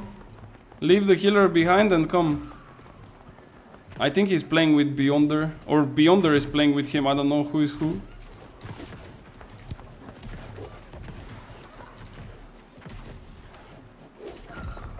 Yeah. I cannot kill them with the healer though.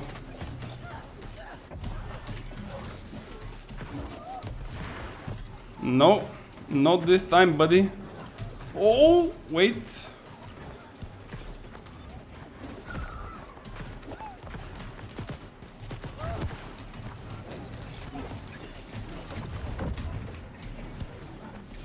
I need to run. I need some HP.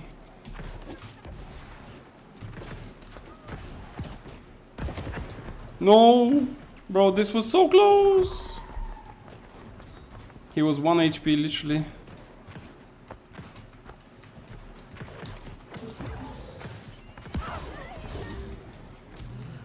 Okay, guys, time to go back home. Go inside. Baron is gone. We lost our base. So... yeah.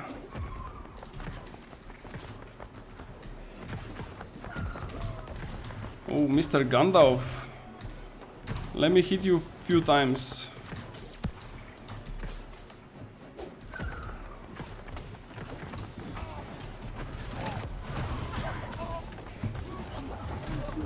Yeah, like, look at this.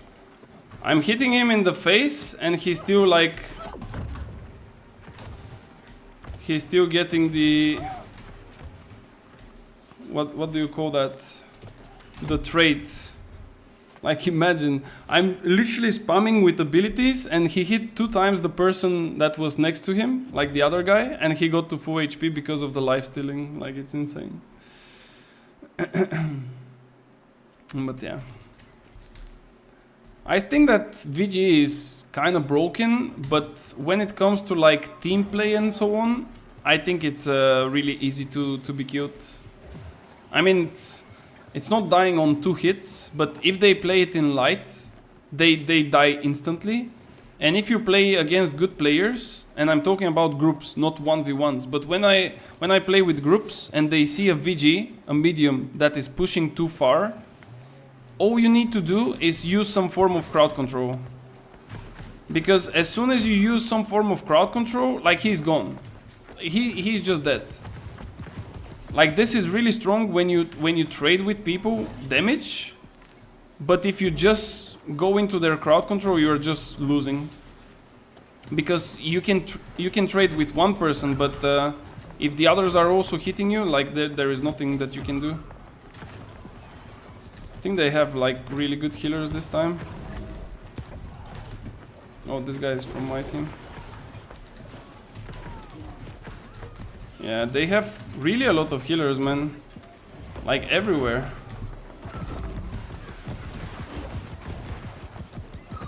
Damn, every one of their team is getting healed. Like whoever you wanna pick, he's getting heals. That's a really juice for me.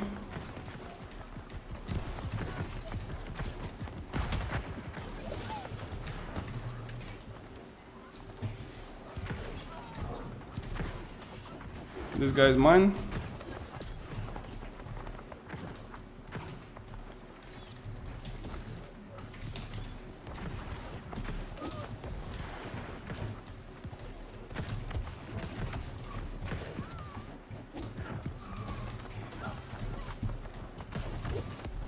Yeah, you're really good, bro. You can hide yourself there forever, but it's fine. Charlie, you need to scream me, bro.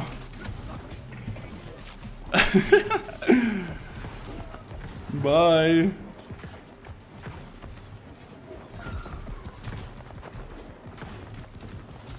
Bro, like, even the spear cannot out-trade him. Holy! It's so powerful. 95% of the Void Blade thirds will claim that they made the VG build before it was cool. Yeah. Well, this is usually how it works, right? Like, everyone is claiming that they were the ones creating a build. But, yeah. I mean, it could be that some people might be using it before it was cool, but definitely not to the extent that it's used now. And by the extent, I mean like using the medium pants and using, you know, like other sources of gear that is currently used by them and stuff like that. So maybe they were using it, but not as it is now. Not exactly as it is now. Wait, what?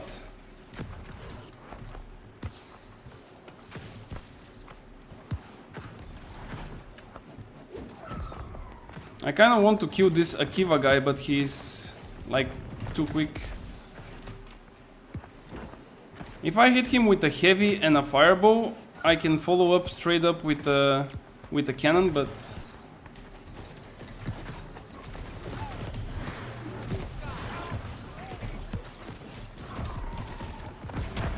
no, it's the second time I'm missing Gandalf, and I don't have mana. I need to drink mana. Actually, I really missed the nice FPS that we get on this map.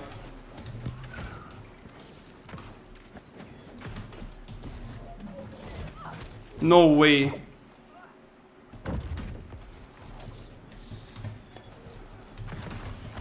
No, bro, you don't do it like this. No, man. You don't do it like... Lady, please. Lady. Oh, no. Bro. No. How can you... Like, this combo is 3 buttons and you missed it. You had the perfect setup and you still missed it. No, man. Like, this is illegal. You cannot miss such combo. And you had perfect opening.